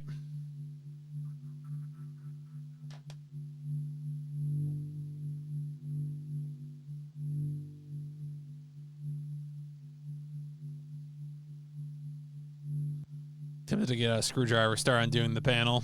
Just break it.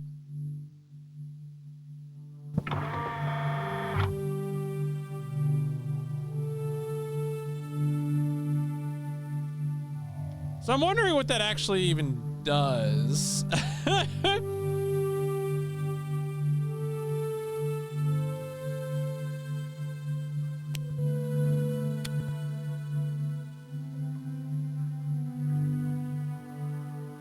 Oh, wait. What is that on the floor?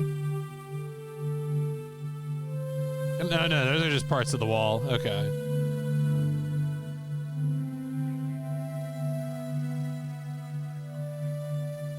All right.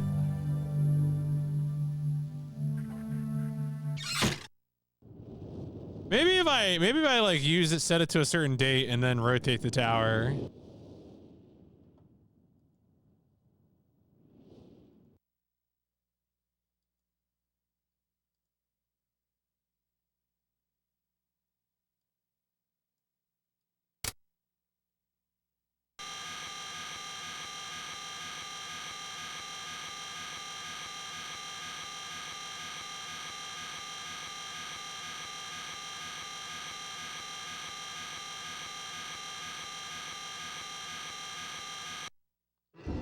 Because so I'm wondering if that noise is supposed to be static and I'm supposed to be listening for when it actually makes contact with something, but oh, now it's flat. Okay, no. For a second, I thought the tower thing was flashing red.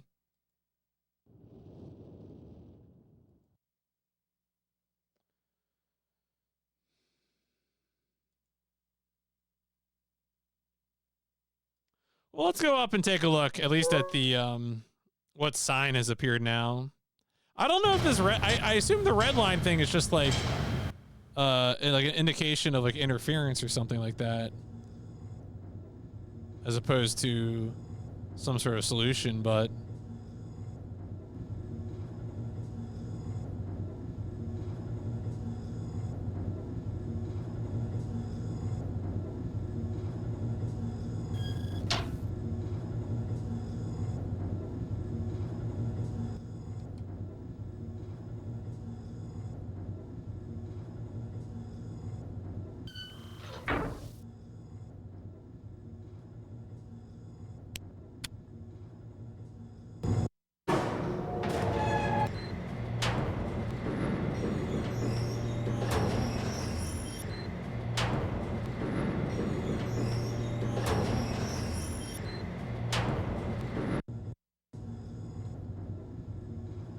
All right.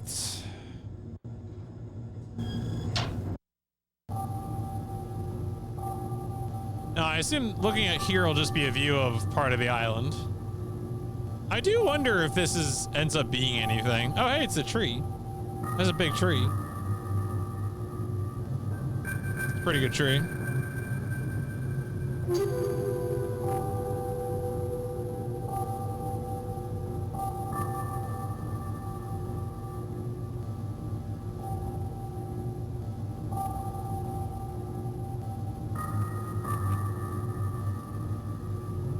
$724. Okay. We have a different code here.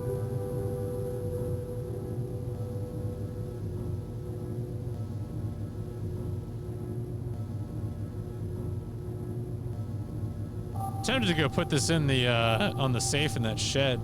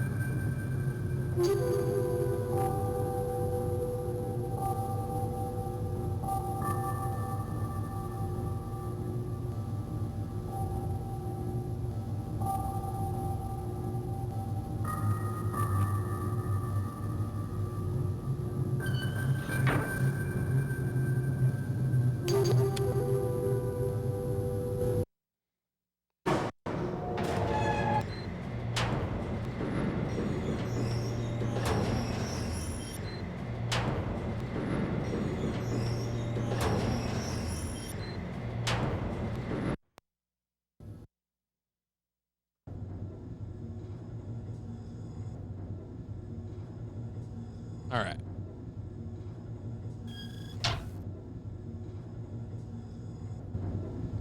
Yeah, so let's go try and put that code in on the safe, and then if that doesn't work, I'll think more, I guess, about the tower rotation.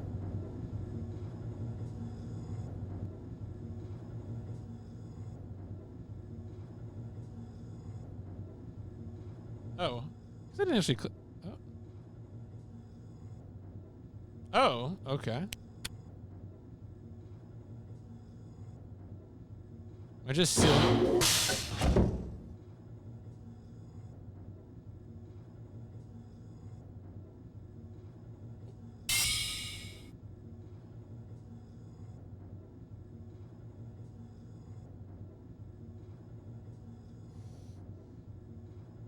I mean, I guess I got the first two.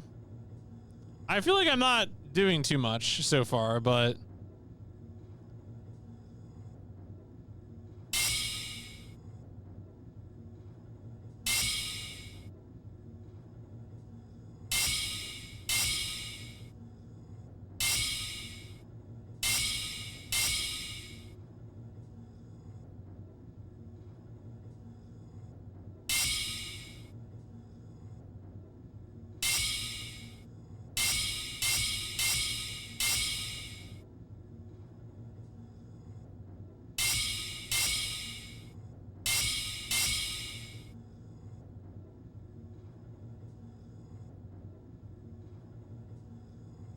are these actually the pages from the one book?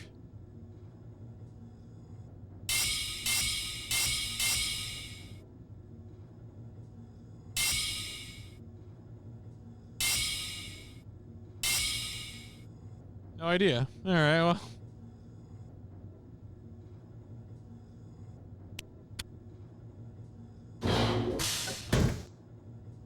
Yeah, no idea what that does. I mean, I guess it could be that the pages from the one book that had the squares on them.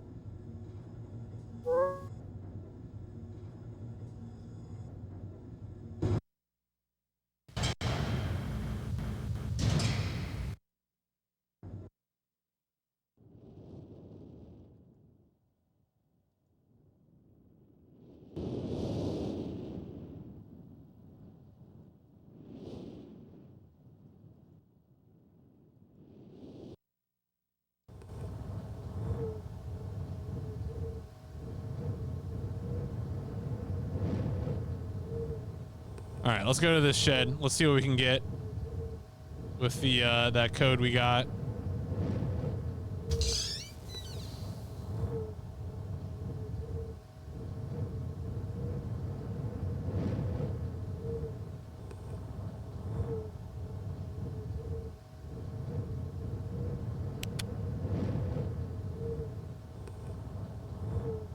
I mean, it would be funny if I could. I mean, look, fireplaces are dangerous, all right?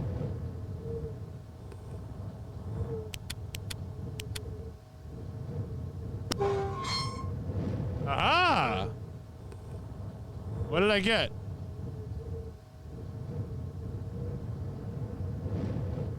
What is... Okay.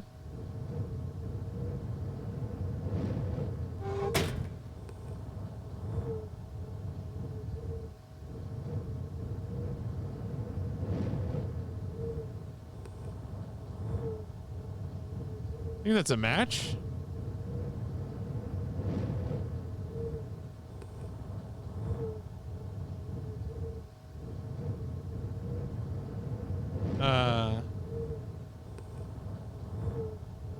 It's kind of weird when you hold an item that you can't really see. Right, it looks like a matchbox. And I know this is like a boiler. So I would have to like...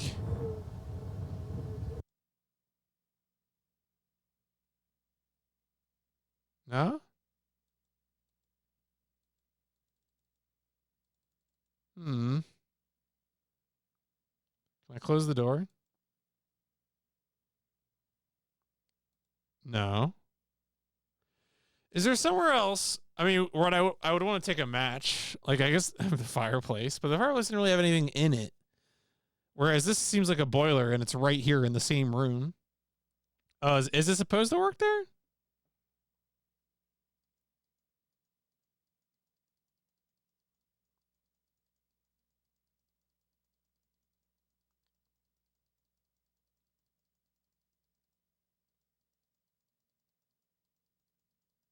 Hmm. Weird. Yeah, I don't know. If someone knows that I need to do something else, you are welcome to say so. Oh, wait, what is that? No? Doesn't mean it's like a stick off to the side.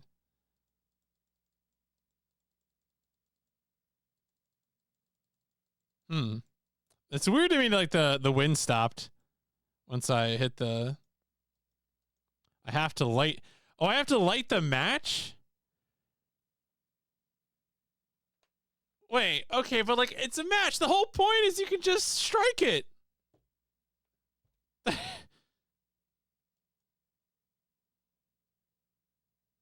Is the match lit?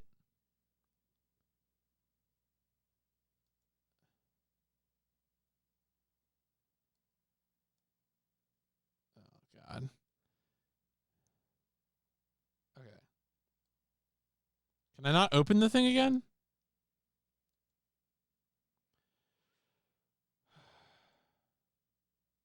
Okay, all right. Can I... Was there a... like, is there a place to strike it that is not... I guess you can't open this again. Or maybe I have to go outside?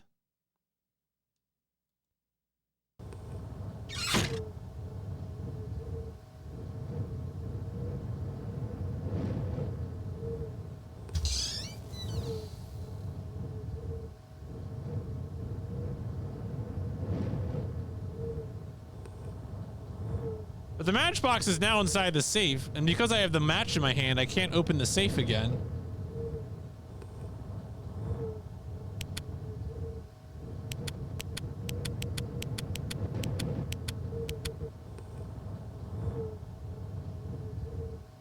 Like, it's not letting me grab the handle. It's just making me back away from the safe. Oh boy.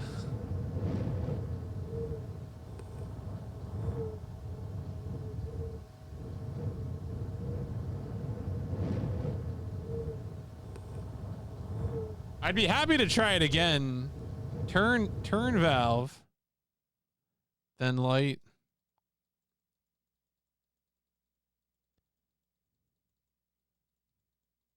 No, I'm left clicking furiously. Turn it a few times. 2, 3. Is it actually turning?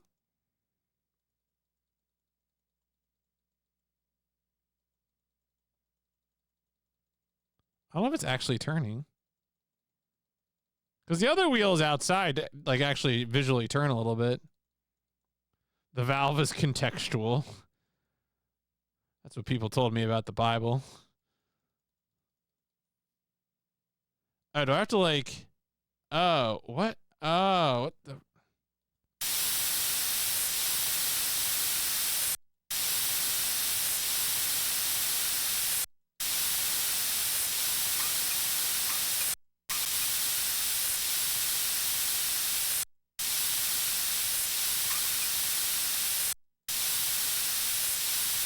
This is a great noise.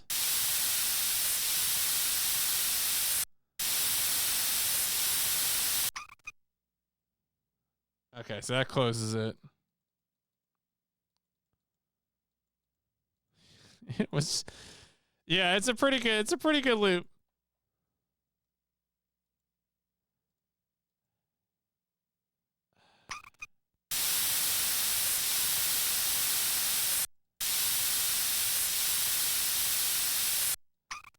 Okay. Yeah, I'm now asking, what am I doing here? Like, I hate this noise. Light the bit in the okay, so this is supposed to be a pilot light. Okay, so I turn the thing on. It makes the horrible noise. And then I'm clicking in this area. And it is not doing anything. So I'm going to turn the noise off. Okay, so it is supposed to be the bit in this right here. This is supposed to be the pilot light. We are not, I guess, are we confident that the match is actually lit? Like, if the match isn't lit, then how am I going to get back into the safe if I can't open the safe while I have the match in my hands? The match lights automatically. We're confident the match is lit. So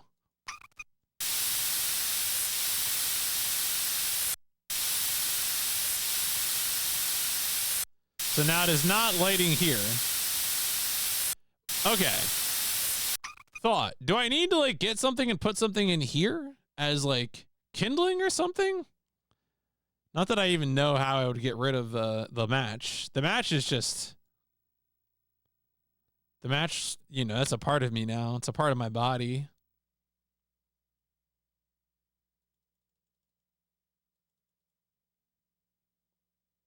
Maybe I walk away.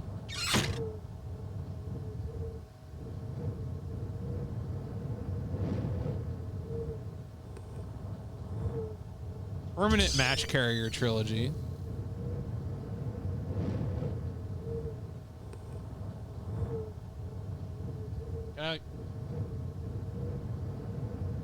See, now I'm like trying to like strike it on surfaces. I don't think that's correct, but wait, what?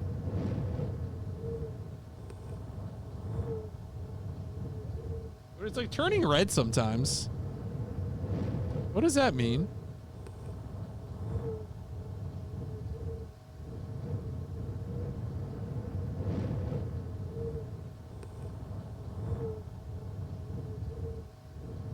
No, I'm just imagining it. That's what I want to reopen the safe, but I can't grab the handle. Every time I try to click the handle, it's just making me back away. Fuck. Okay. Maybe this counts as a page. Maybe if I say drop page. No, that's still in my hands. Why can't... There aren't soft locks, are there? Are there soft locks in Myst?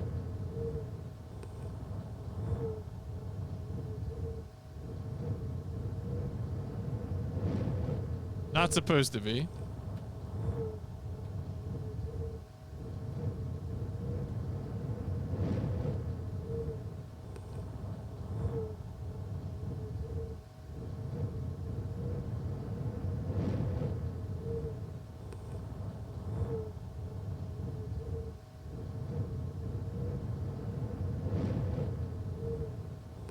Yeah, what is he gonna do next? This is ridiculous.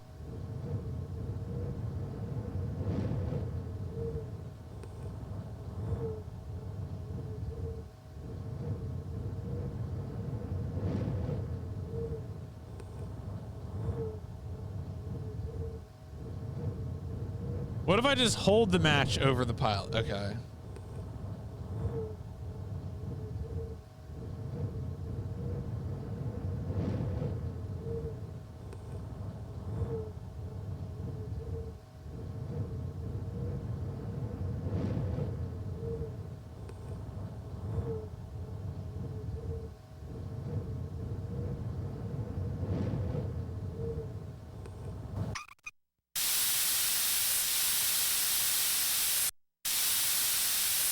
Holding down left click.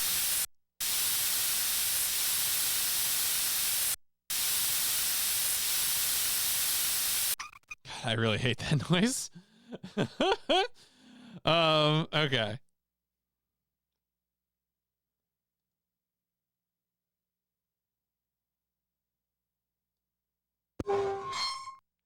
I found the right pixel. Okay. No,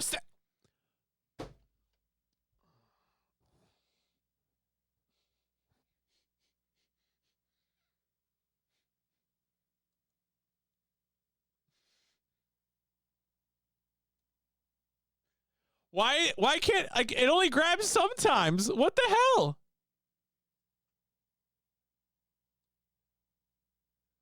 This is so messed up. I'm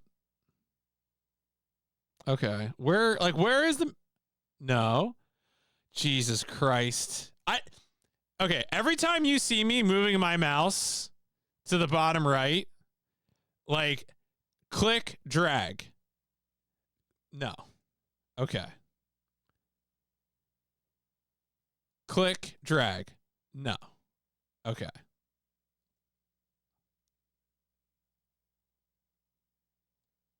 Is the pointer on my cursor different than what it appears to be? Goomba, have you played this game? I think you have, right? Or no, wait. Is it still later for you because it's like September 96? Like, why was I able to open it one time? Why? Oh my God. I'm going to go insane.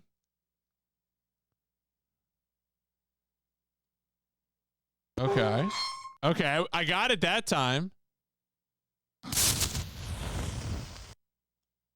I swear to God.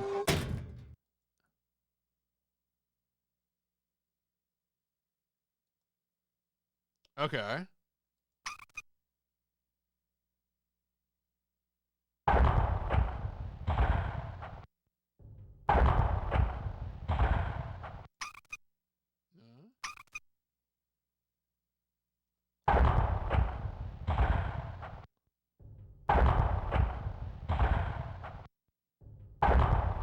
I don't know what it's doing, but seems good to me.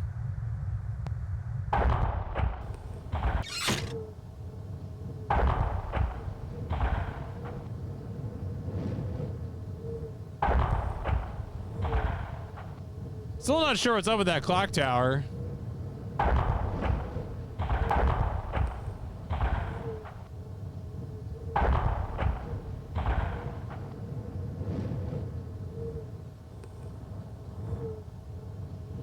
I mean, I think this game is probably very important.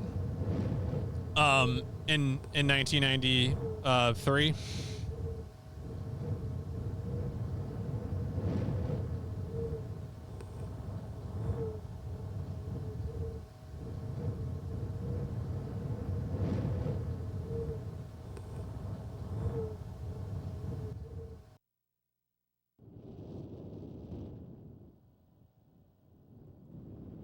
So what do we think that did?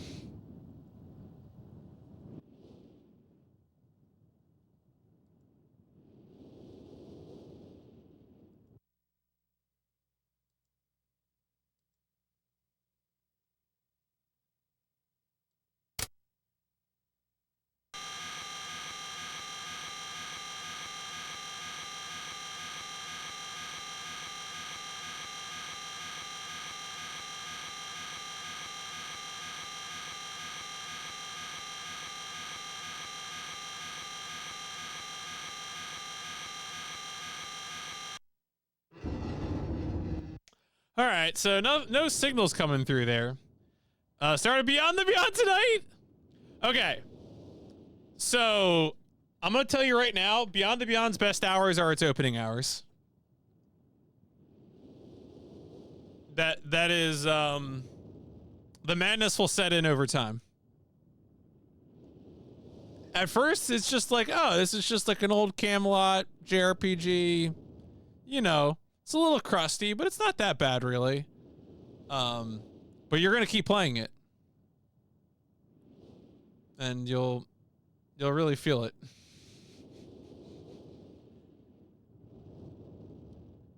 Cause like that's how I feel when I start that game too. I'm like, oh, maybe this isn't so bad, and then I get to the end, and I'm like, oh.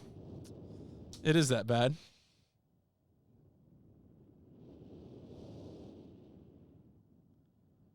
All right. Even Bilbo said unkind things about Beyond the Beyond, which is impressive. Bilbo usually the most patient gamer I know.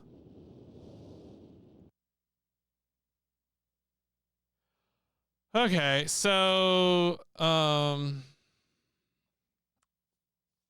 I'm tempted to read books. Folks, what if you could tell me to go to a place on this island, where would you tell me to go?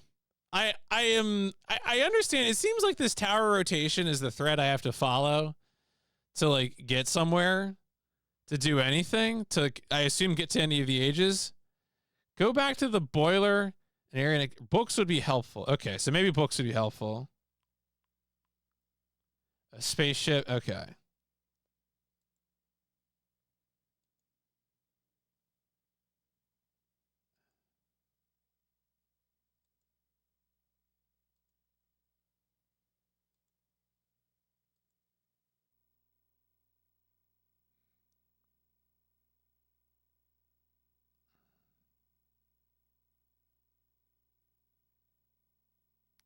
All right. I'm gonna go to the area next to the cabin.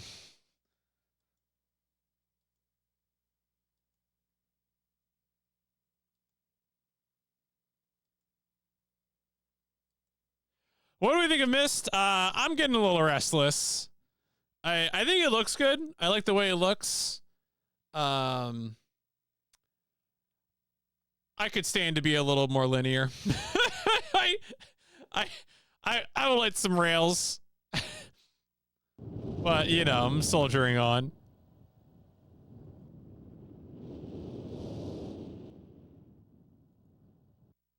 I definitely like the visual style of it is the most compelling part so far.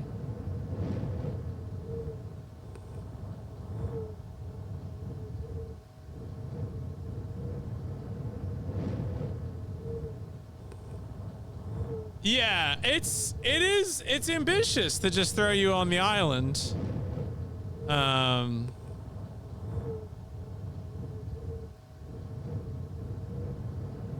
Yeah, I mean, if I were to try and play Myst myself, I would probably go real Myst, I imagine.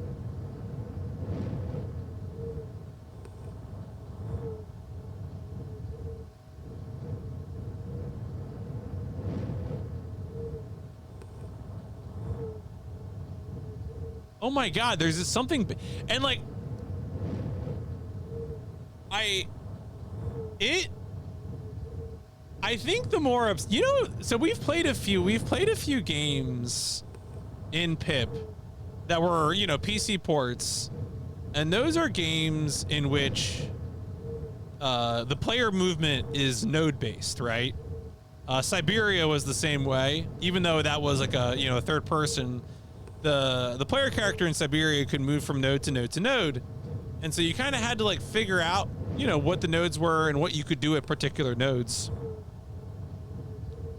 And but I feel like Siberia was generally pretty good about like when it was obvious you could do things with certain nodes. It wasn't always perfect. There were a few time sequences I think that were kind of messy.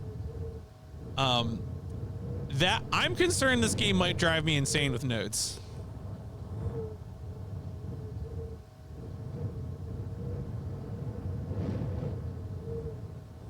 Oh, masterpiece. Okay. All right.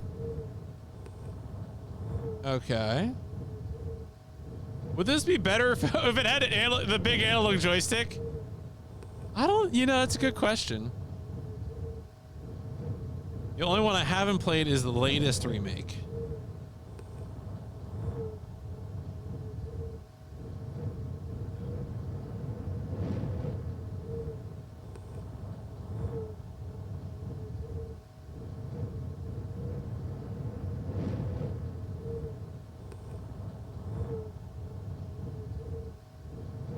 All right, I get to look up at the tree, but I don't think there's anything.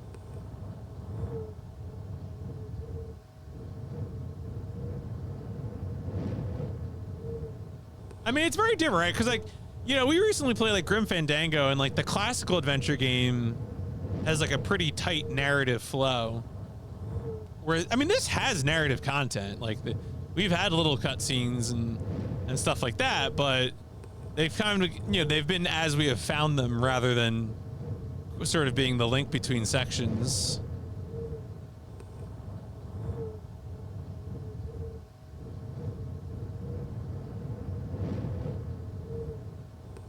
Yeah, I don't know. It's a big tree.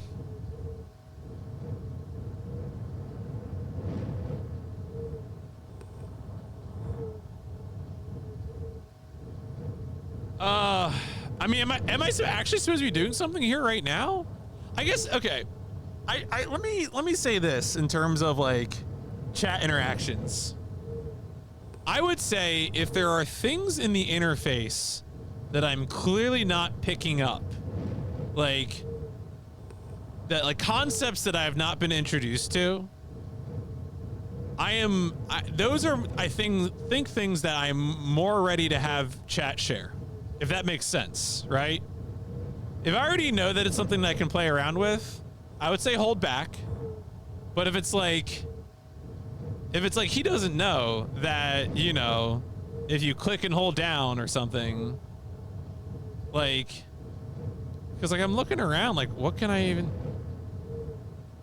Okay. I just don't want, like, I don't want my current restlessness to, like, make me too punchy about taking like hints too quickly, if that makes sense. I want to give this a chance. I want to give this an honest chance. But I'm also going crazy.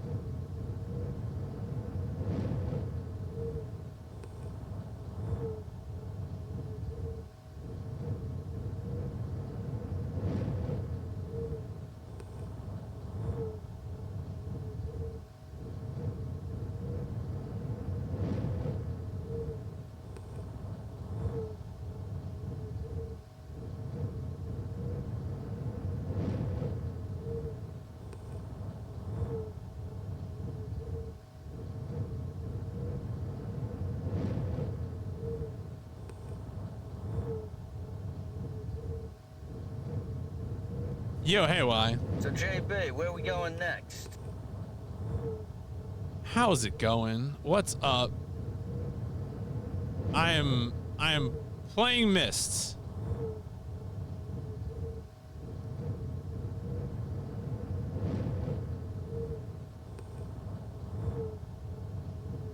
Folks, if you've not followed Why Am I Here is working on a GameCube challenge, doing the GameCube chronologically.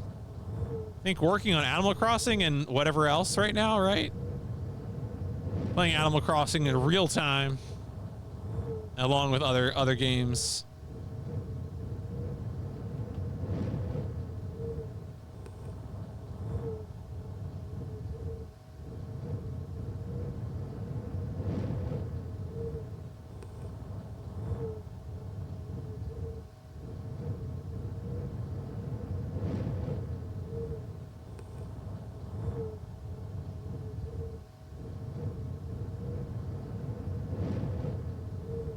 Yeah, okay. It's more Animal Crossing. Didn't do much because Nook was closed today. DK's, yeah, that's fair.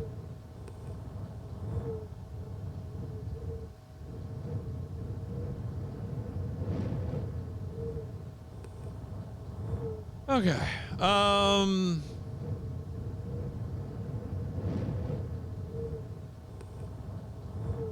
Yeah, give me a hint on what I'm supposed to do here.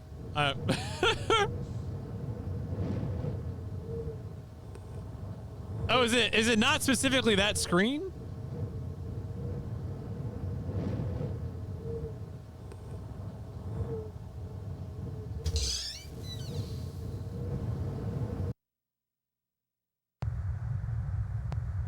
Oh, is this shit? Okay, so this goes out after a bit. It's like a time. Oh, wait, no, it's back on. Okay. Well, there's a picture, right, of that tree here, which I suggest, I assume maybe there's a connection.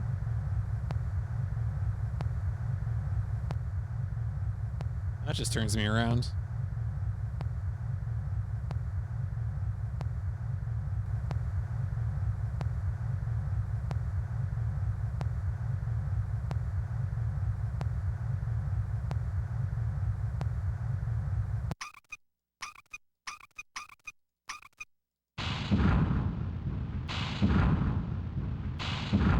Oh.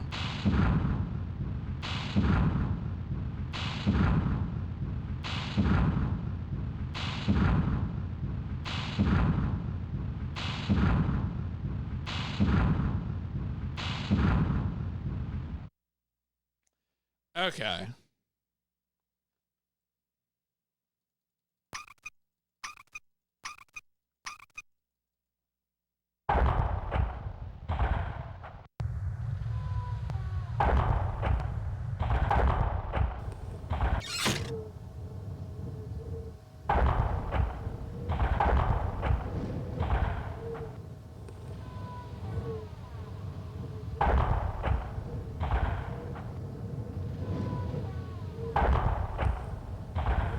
Oh.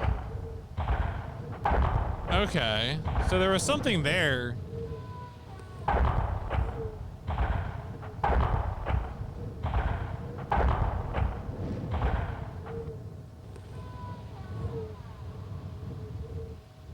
Okay.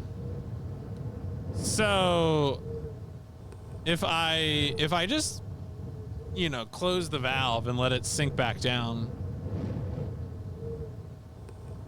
maybe it's like, maybe I just need to let it like click a few times and then close the valve again.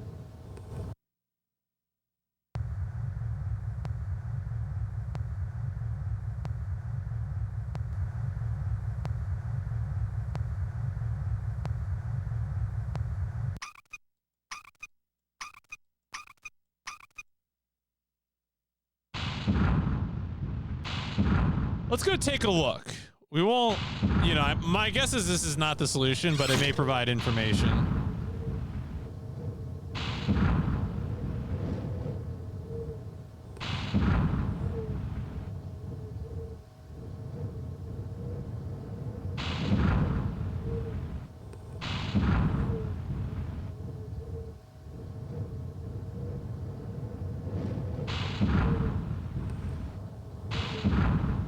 I live here now.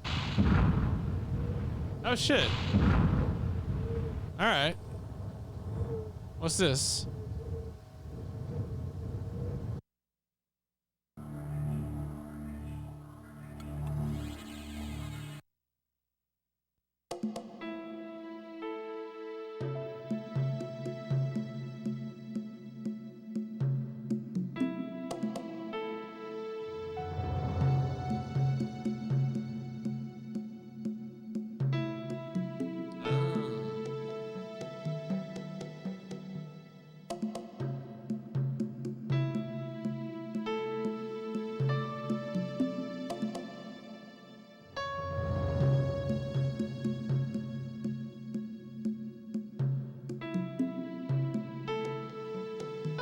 So this seems to be the tree village from the story we read about.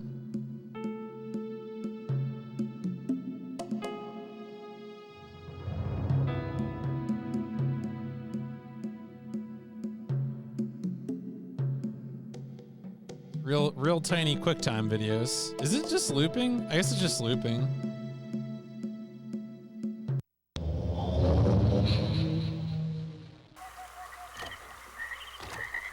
Oh, am I here now? I'm here now, aren't I?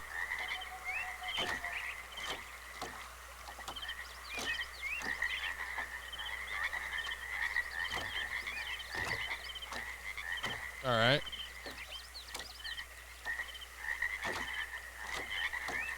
Oh, wait, what was that? There was something there.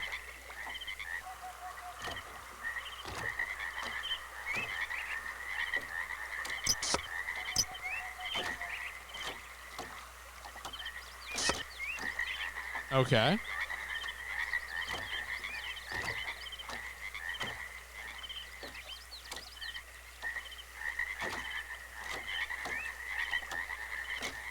When it's full 3D, yeah, I can see that. Yeah, the jumping from like screen to screen definitely makes it harder to get like a sort of mental map.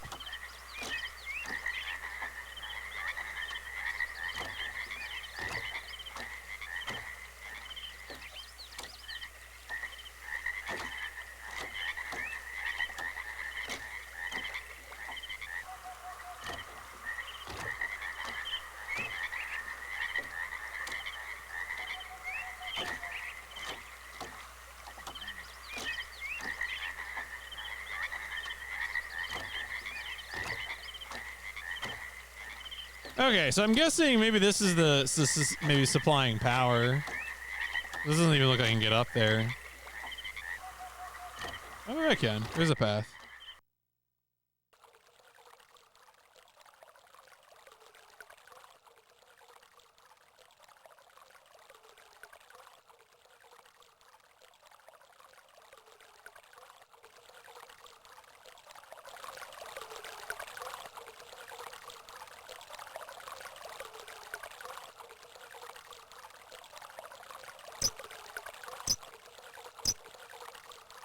Is one of these closing it?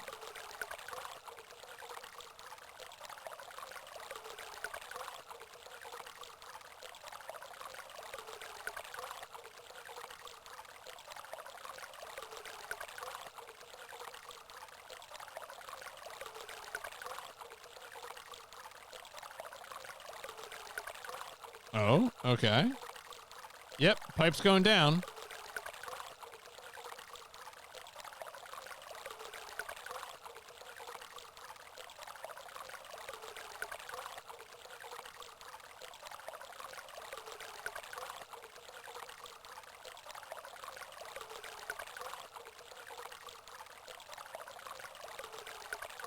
Well, so there's a handle on that thing, and there's a handle on this thing. And seems like it's just got two positions.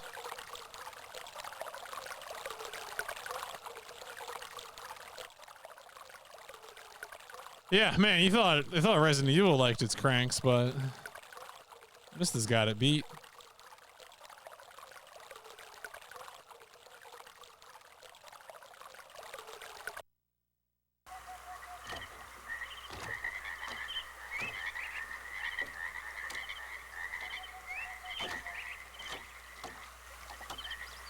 I guess this is maybe a path up to the village. Maybe. Oh, do I have to, like, get something working?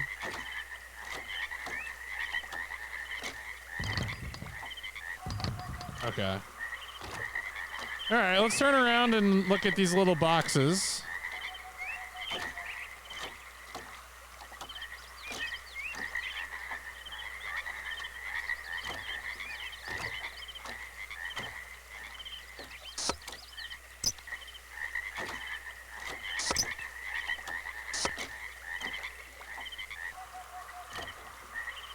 What? Okay. Is it water? Is it power? Is it... Man, I would love if this game used its words. I am not an abstract person, I'm discovering. Use your words. The words are helpful.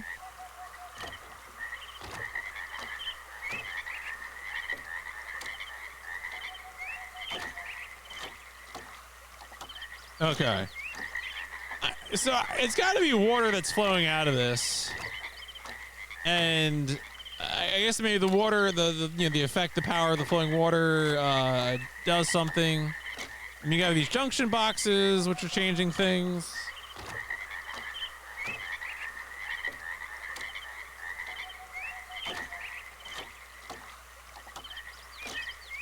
You got like a little elevator guy.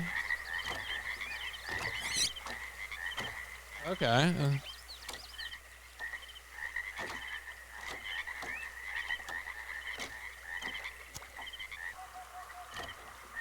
I don't think this is on. I don't think this is powered.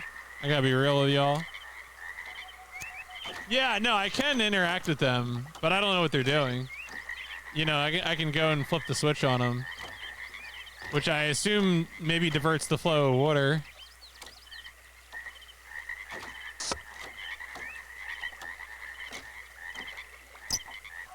My hope is that like maybe these would light up if I probably turned it off at the source. Is probably why they're not doing anything.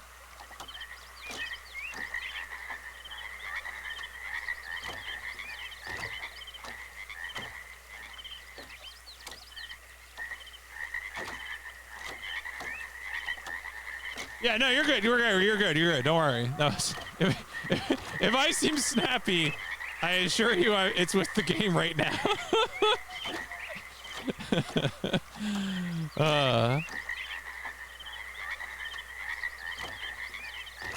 Okay. Was there something else? All right, so that was where we just were. We just went to that junk. Okay, we went to that end.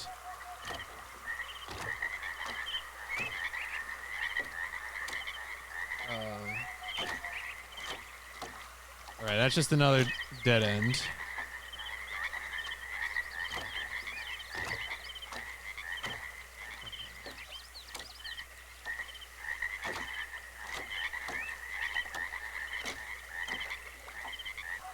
All right, what is it? No, this is...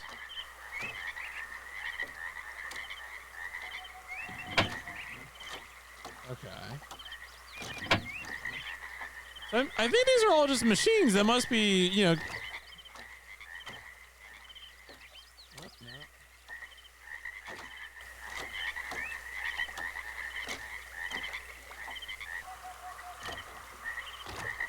Right, I think this is about where I started on this level.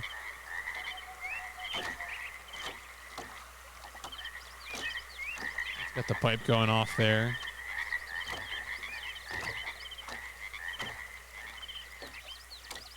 All right, let's go back to the source. I feel like that's got to be the focus here.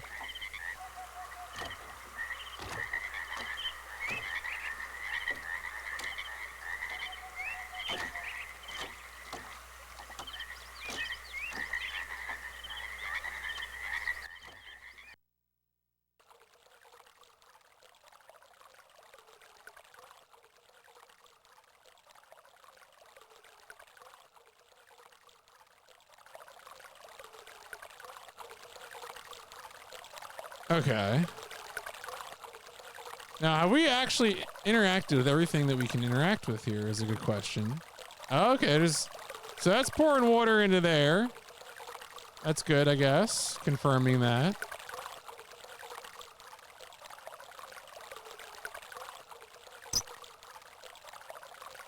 I don't hear any change when I mess with this, so...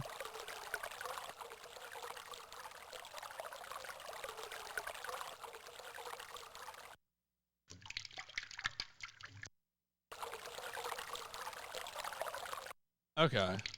So that sounds like it's turning the machine off? Like less water is being put through? But you can't keep the switch there. You can't keep it down. Never gonna keep it down.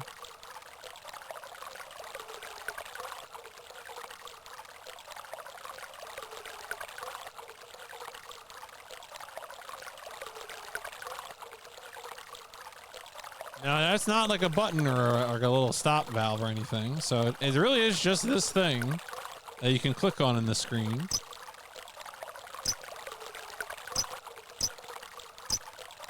It is binary. It's not like position affects it.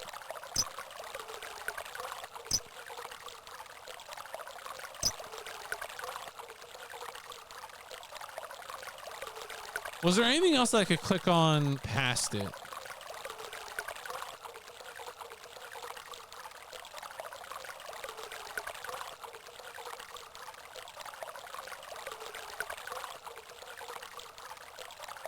So I could look down here.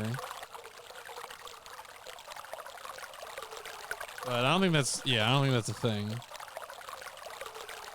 Oh my god, I really need to just like stop hearing this flowing water noise. The sound loops are so short in this game. Which I imagine is a product of how early it is that they had to keep everything so small and that they could be loaded quickly or stored in memory. Or likely a product of technical limitations.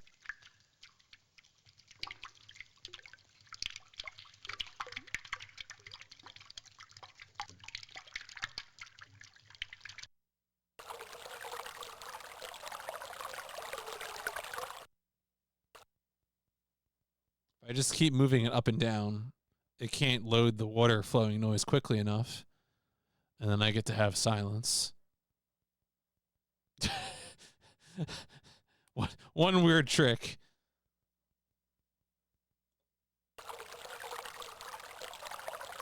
Yeah, there's a few versions of this game.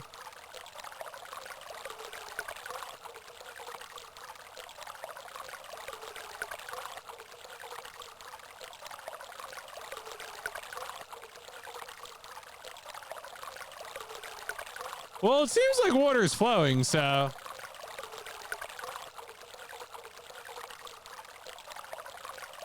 I don't know what that handle does.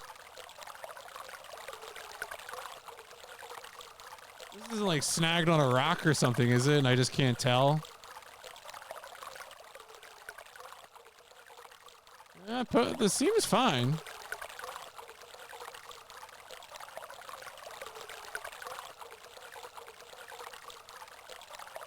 VR Myst doesn't make sense.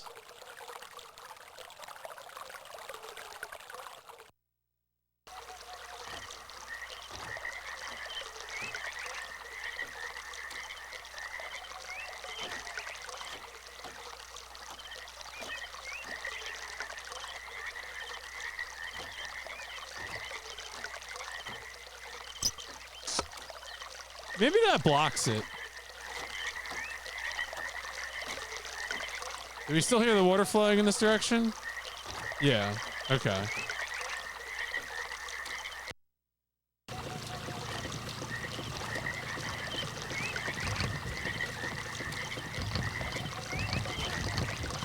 So this thing seems to be on now, but it doesn't actually seem to... I don't think there's any way we can use it from this direction, so we probably need to do something else. So let's go back, change the flow, and then explore the other endings.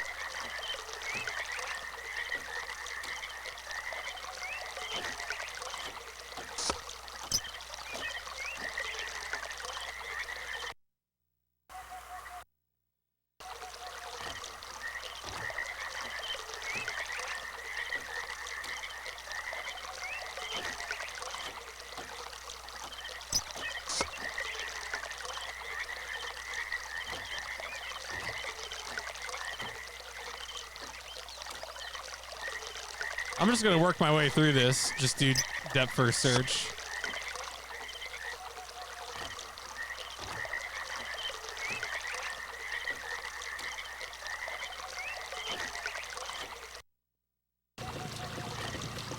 Alright, so maybe this works now.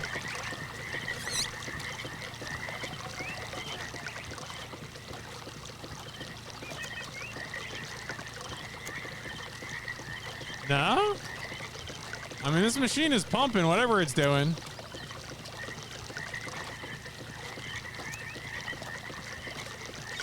What do you mean close the door? I ride elevators with the door open like a civilized person. Come on. Really? Really?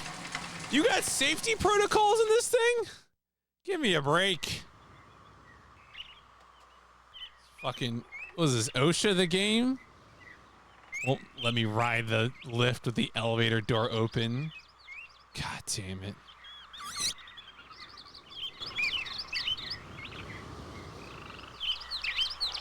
Fuck off, man.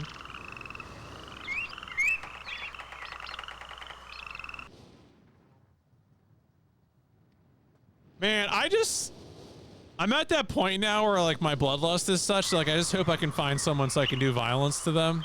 I don't know what this is about me playing Myst.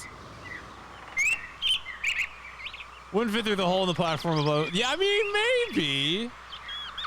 But you just gotta fold it out farther. Or maybe it'll break off. Maybe that's the thing is, I got like adventure game brain, where it's like you're supposed to do the thing that breaks the system intentionally. So that way you can break the system and discover new things, right? I could have had a door that I could carry around because the door would have broken off. And then I could have used the door to do other things.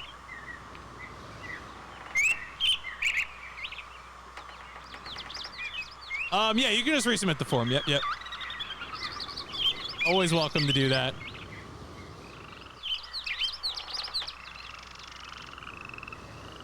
Or you can also just yell at me in Discord or something. But right, well, that's what I'm saying is that I think, you know, what if Brent Halligan came to Myst? I mean, look, I have had fun playing adventure games, but they're usually featuring assholes. Broken Sword 1 and 2, fantastic. Druids, good game? Question mark? Sure.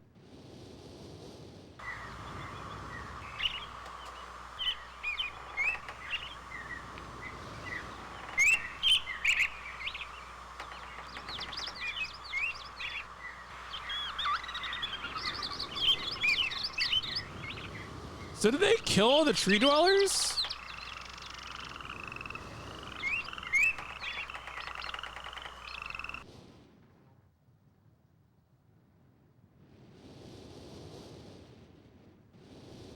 Yeah, I mean, that's the other thing that's really funny to me.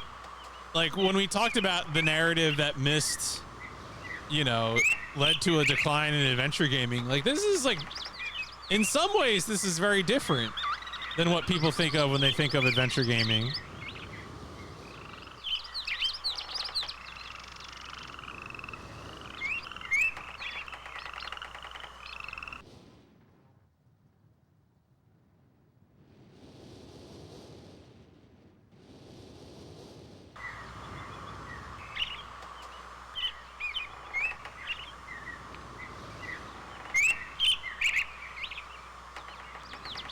Yeah, no, comparisons to like Dear Esther and stuff like that.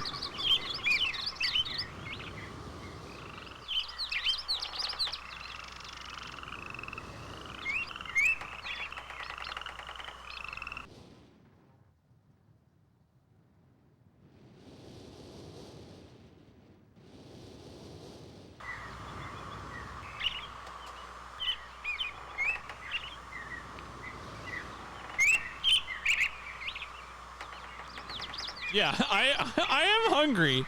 I really am, though.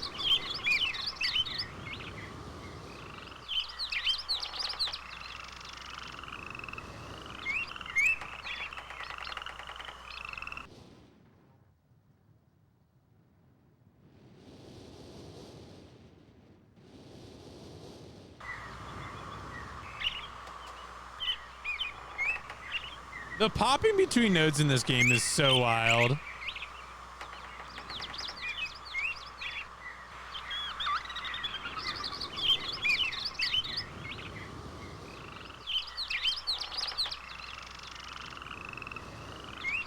That's where I just came from, isn't it?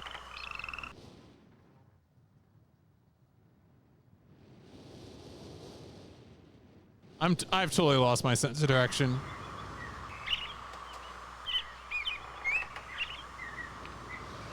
I don't even know what I'm supposed to be doing up here. I wasn't even supposed to be. I feel like I'm about to do the clerk's bit or something. I wasn't even supposed to be here today.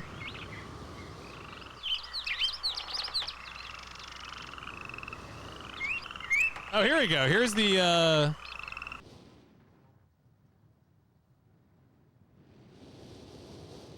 Here's the other side of this, oh, I can't even...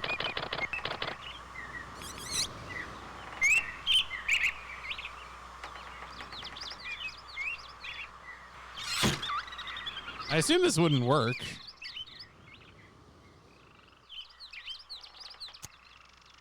Yeah, because it's not... Right, okay, that's what I thought.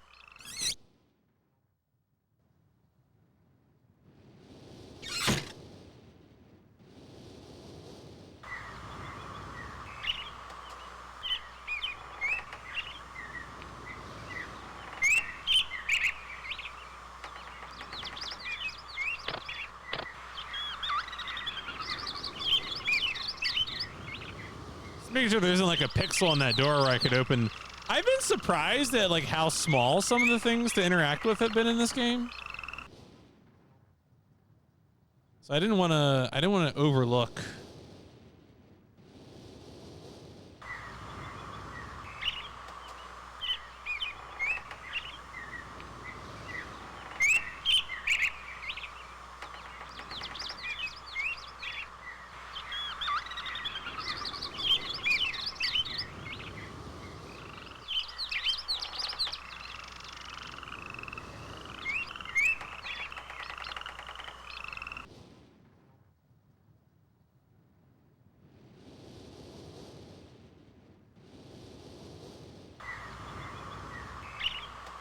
The instant 180s. It's probably what I deserve, but...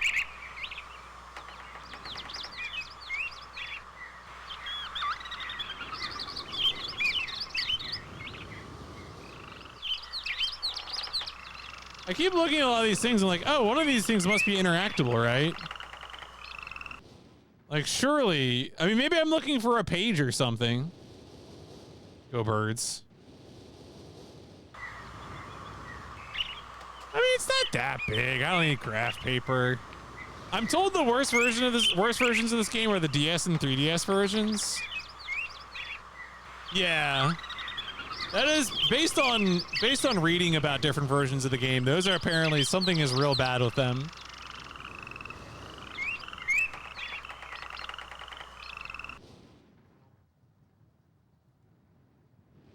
Oh, what the fuck is this shit?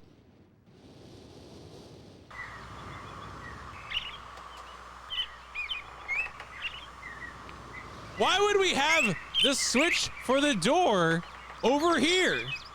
Who did this?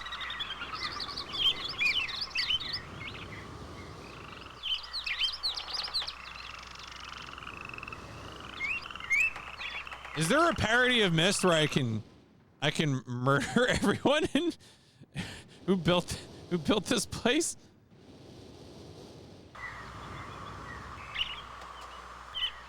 Great, now I have to find my way back.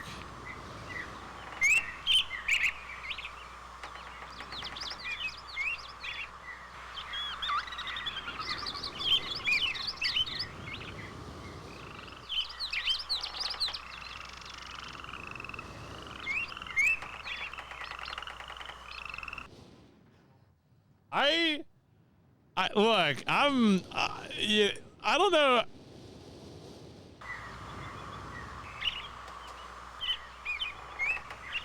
I'm just telling you, there's flavor in life, you know?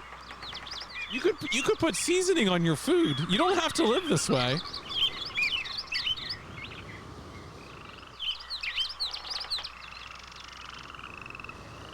No, that was a 180, wasn't it?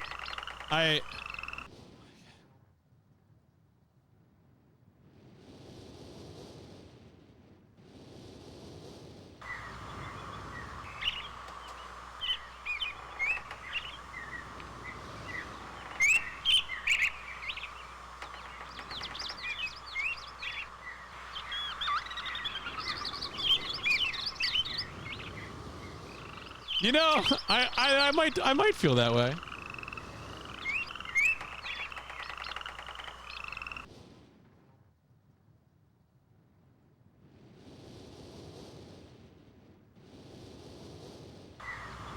All right, that was the elevator where I came up. I keep thinking the movement is incremental enough that I can get my bearings. And then the game keeps dealing decisive blows to my dumbass. Alright, so that's the probably the elevator I came up on. No. Please, Manny. Yeah, Manny Calavera could solve this whole problem real quick.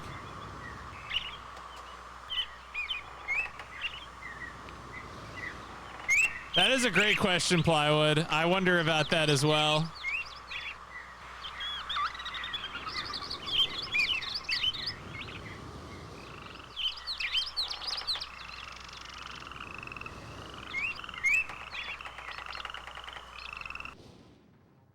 No, this is the switch again.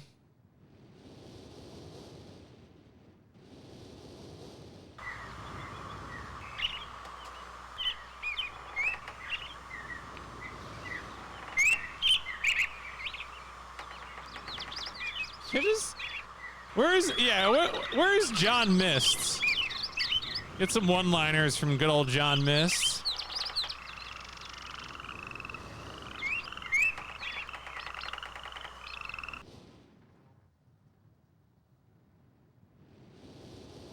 Yeah, I mean, it does, you know.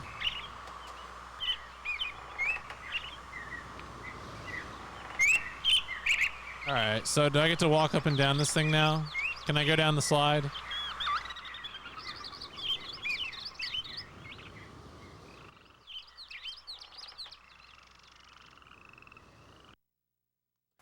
Okay, so the fact that this door is open now, or will be open soon.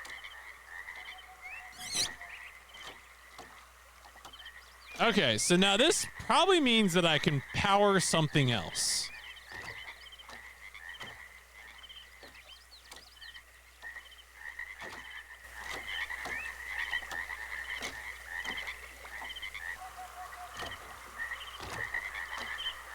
I don't know what that something else is. I don't think I want to. My gut feeling is that if I power this engine, it will lock the door again. And I'm going to find out because I'm a sucker, a glutton for punishment.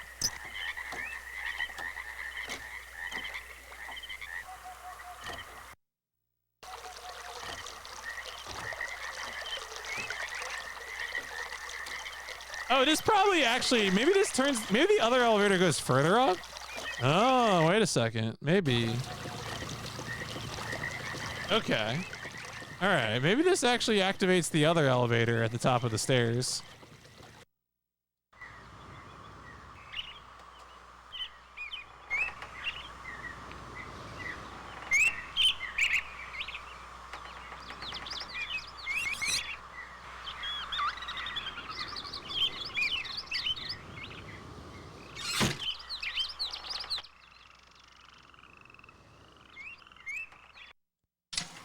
All right, we're going further up.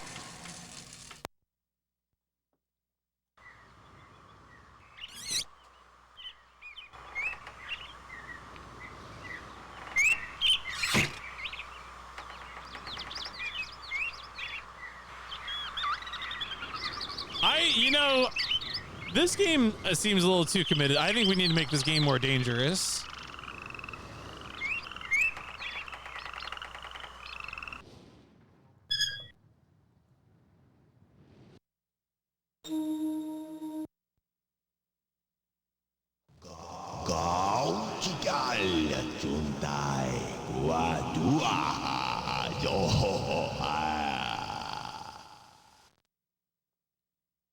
Yeah, same, brother.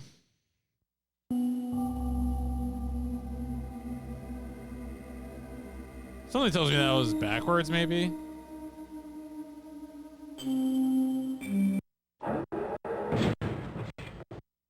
Oh. Okay.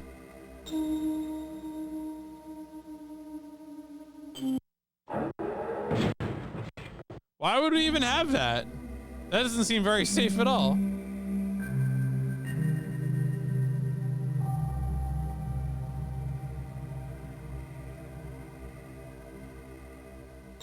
All right. There's some candles?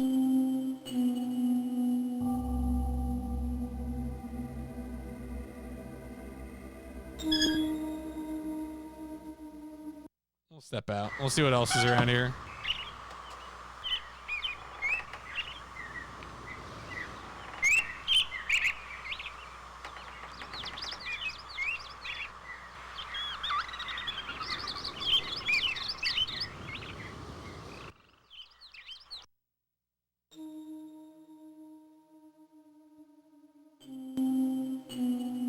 Oh.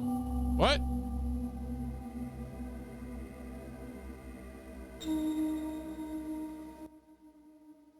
Okay.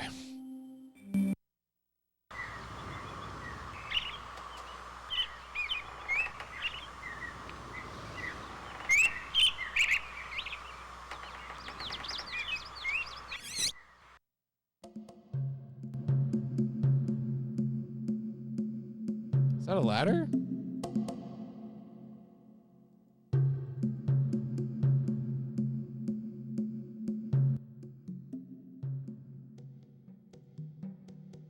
It's a page. All right, it's a page.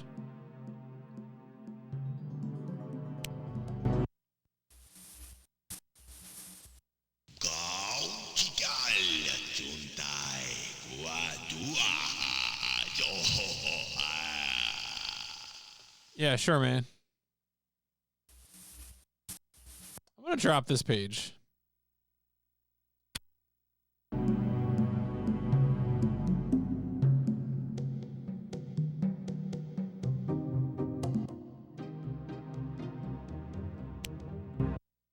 Okay. Oh.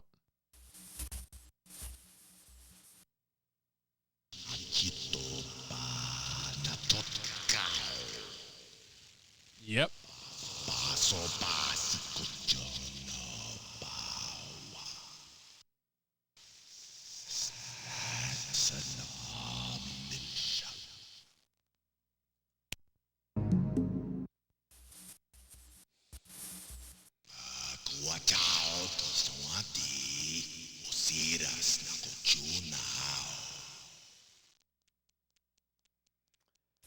All right.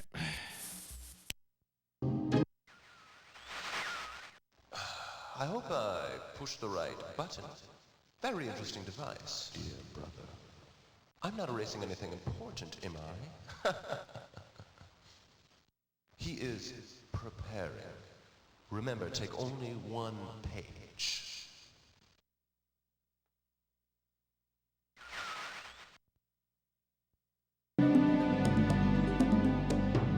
All right. I'm going to go ahead and say this is a good place to save the game. I think we're going to go ahead and call this night one.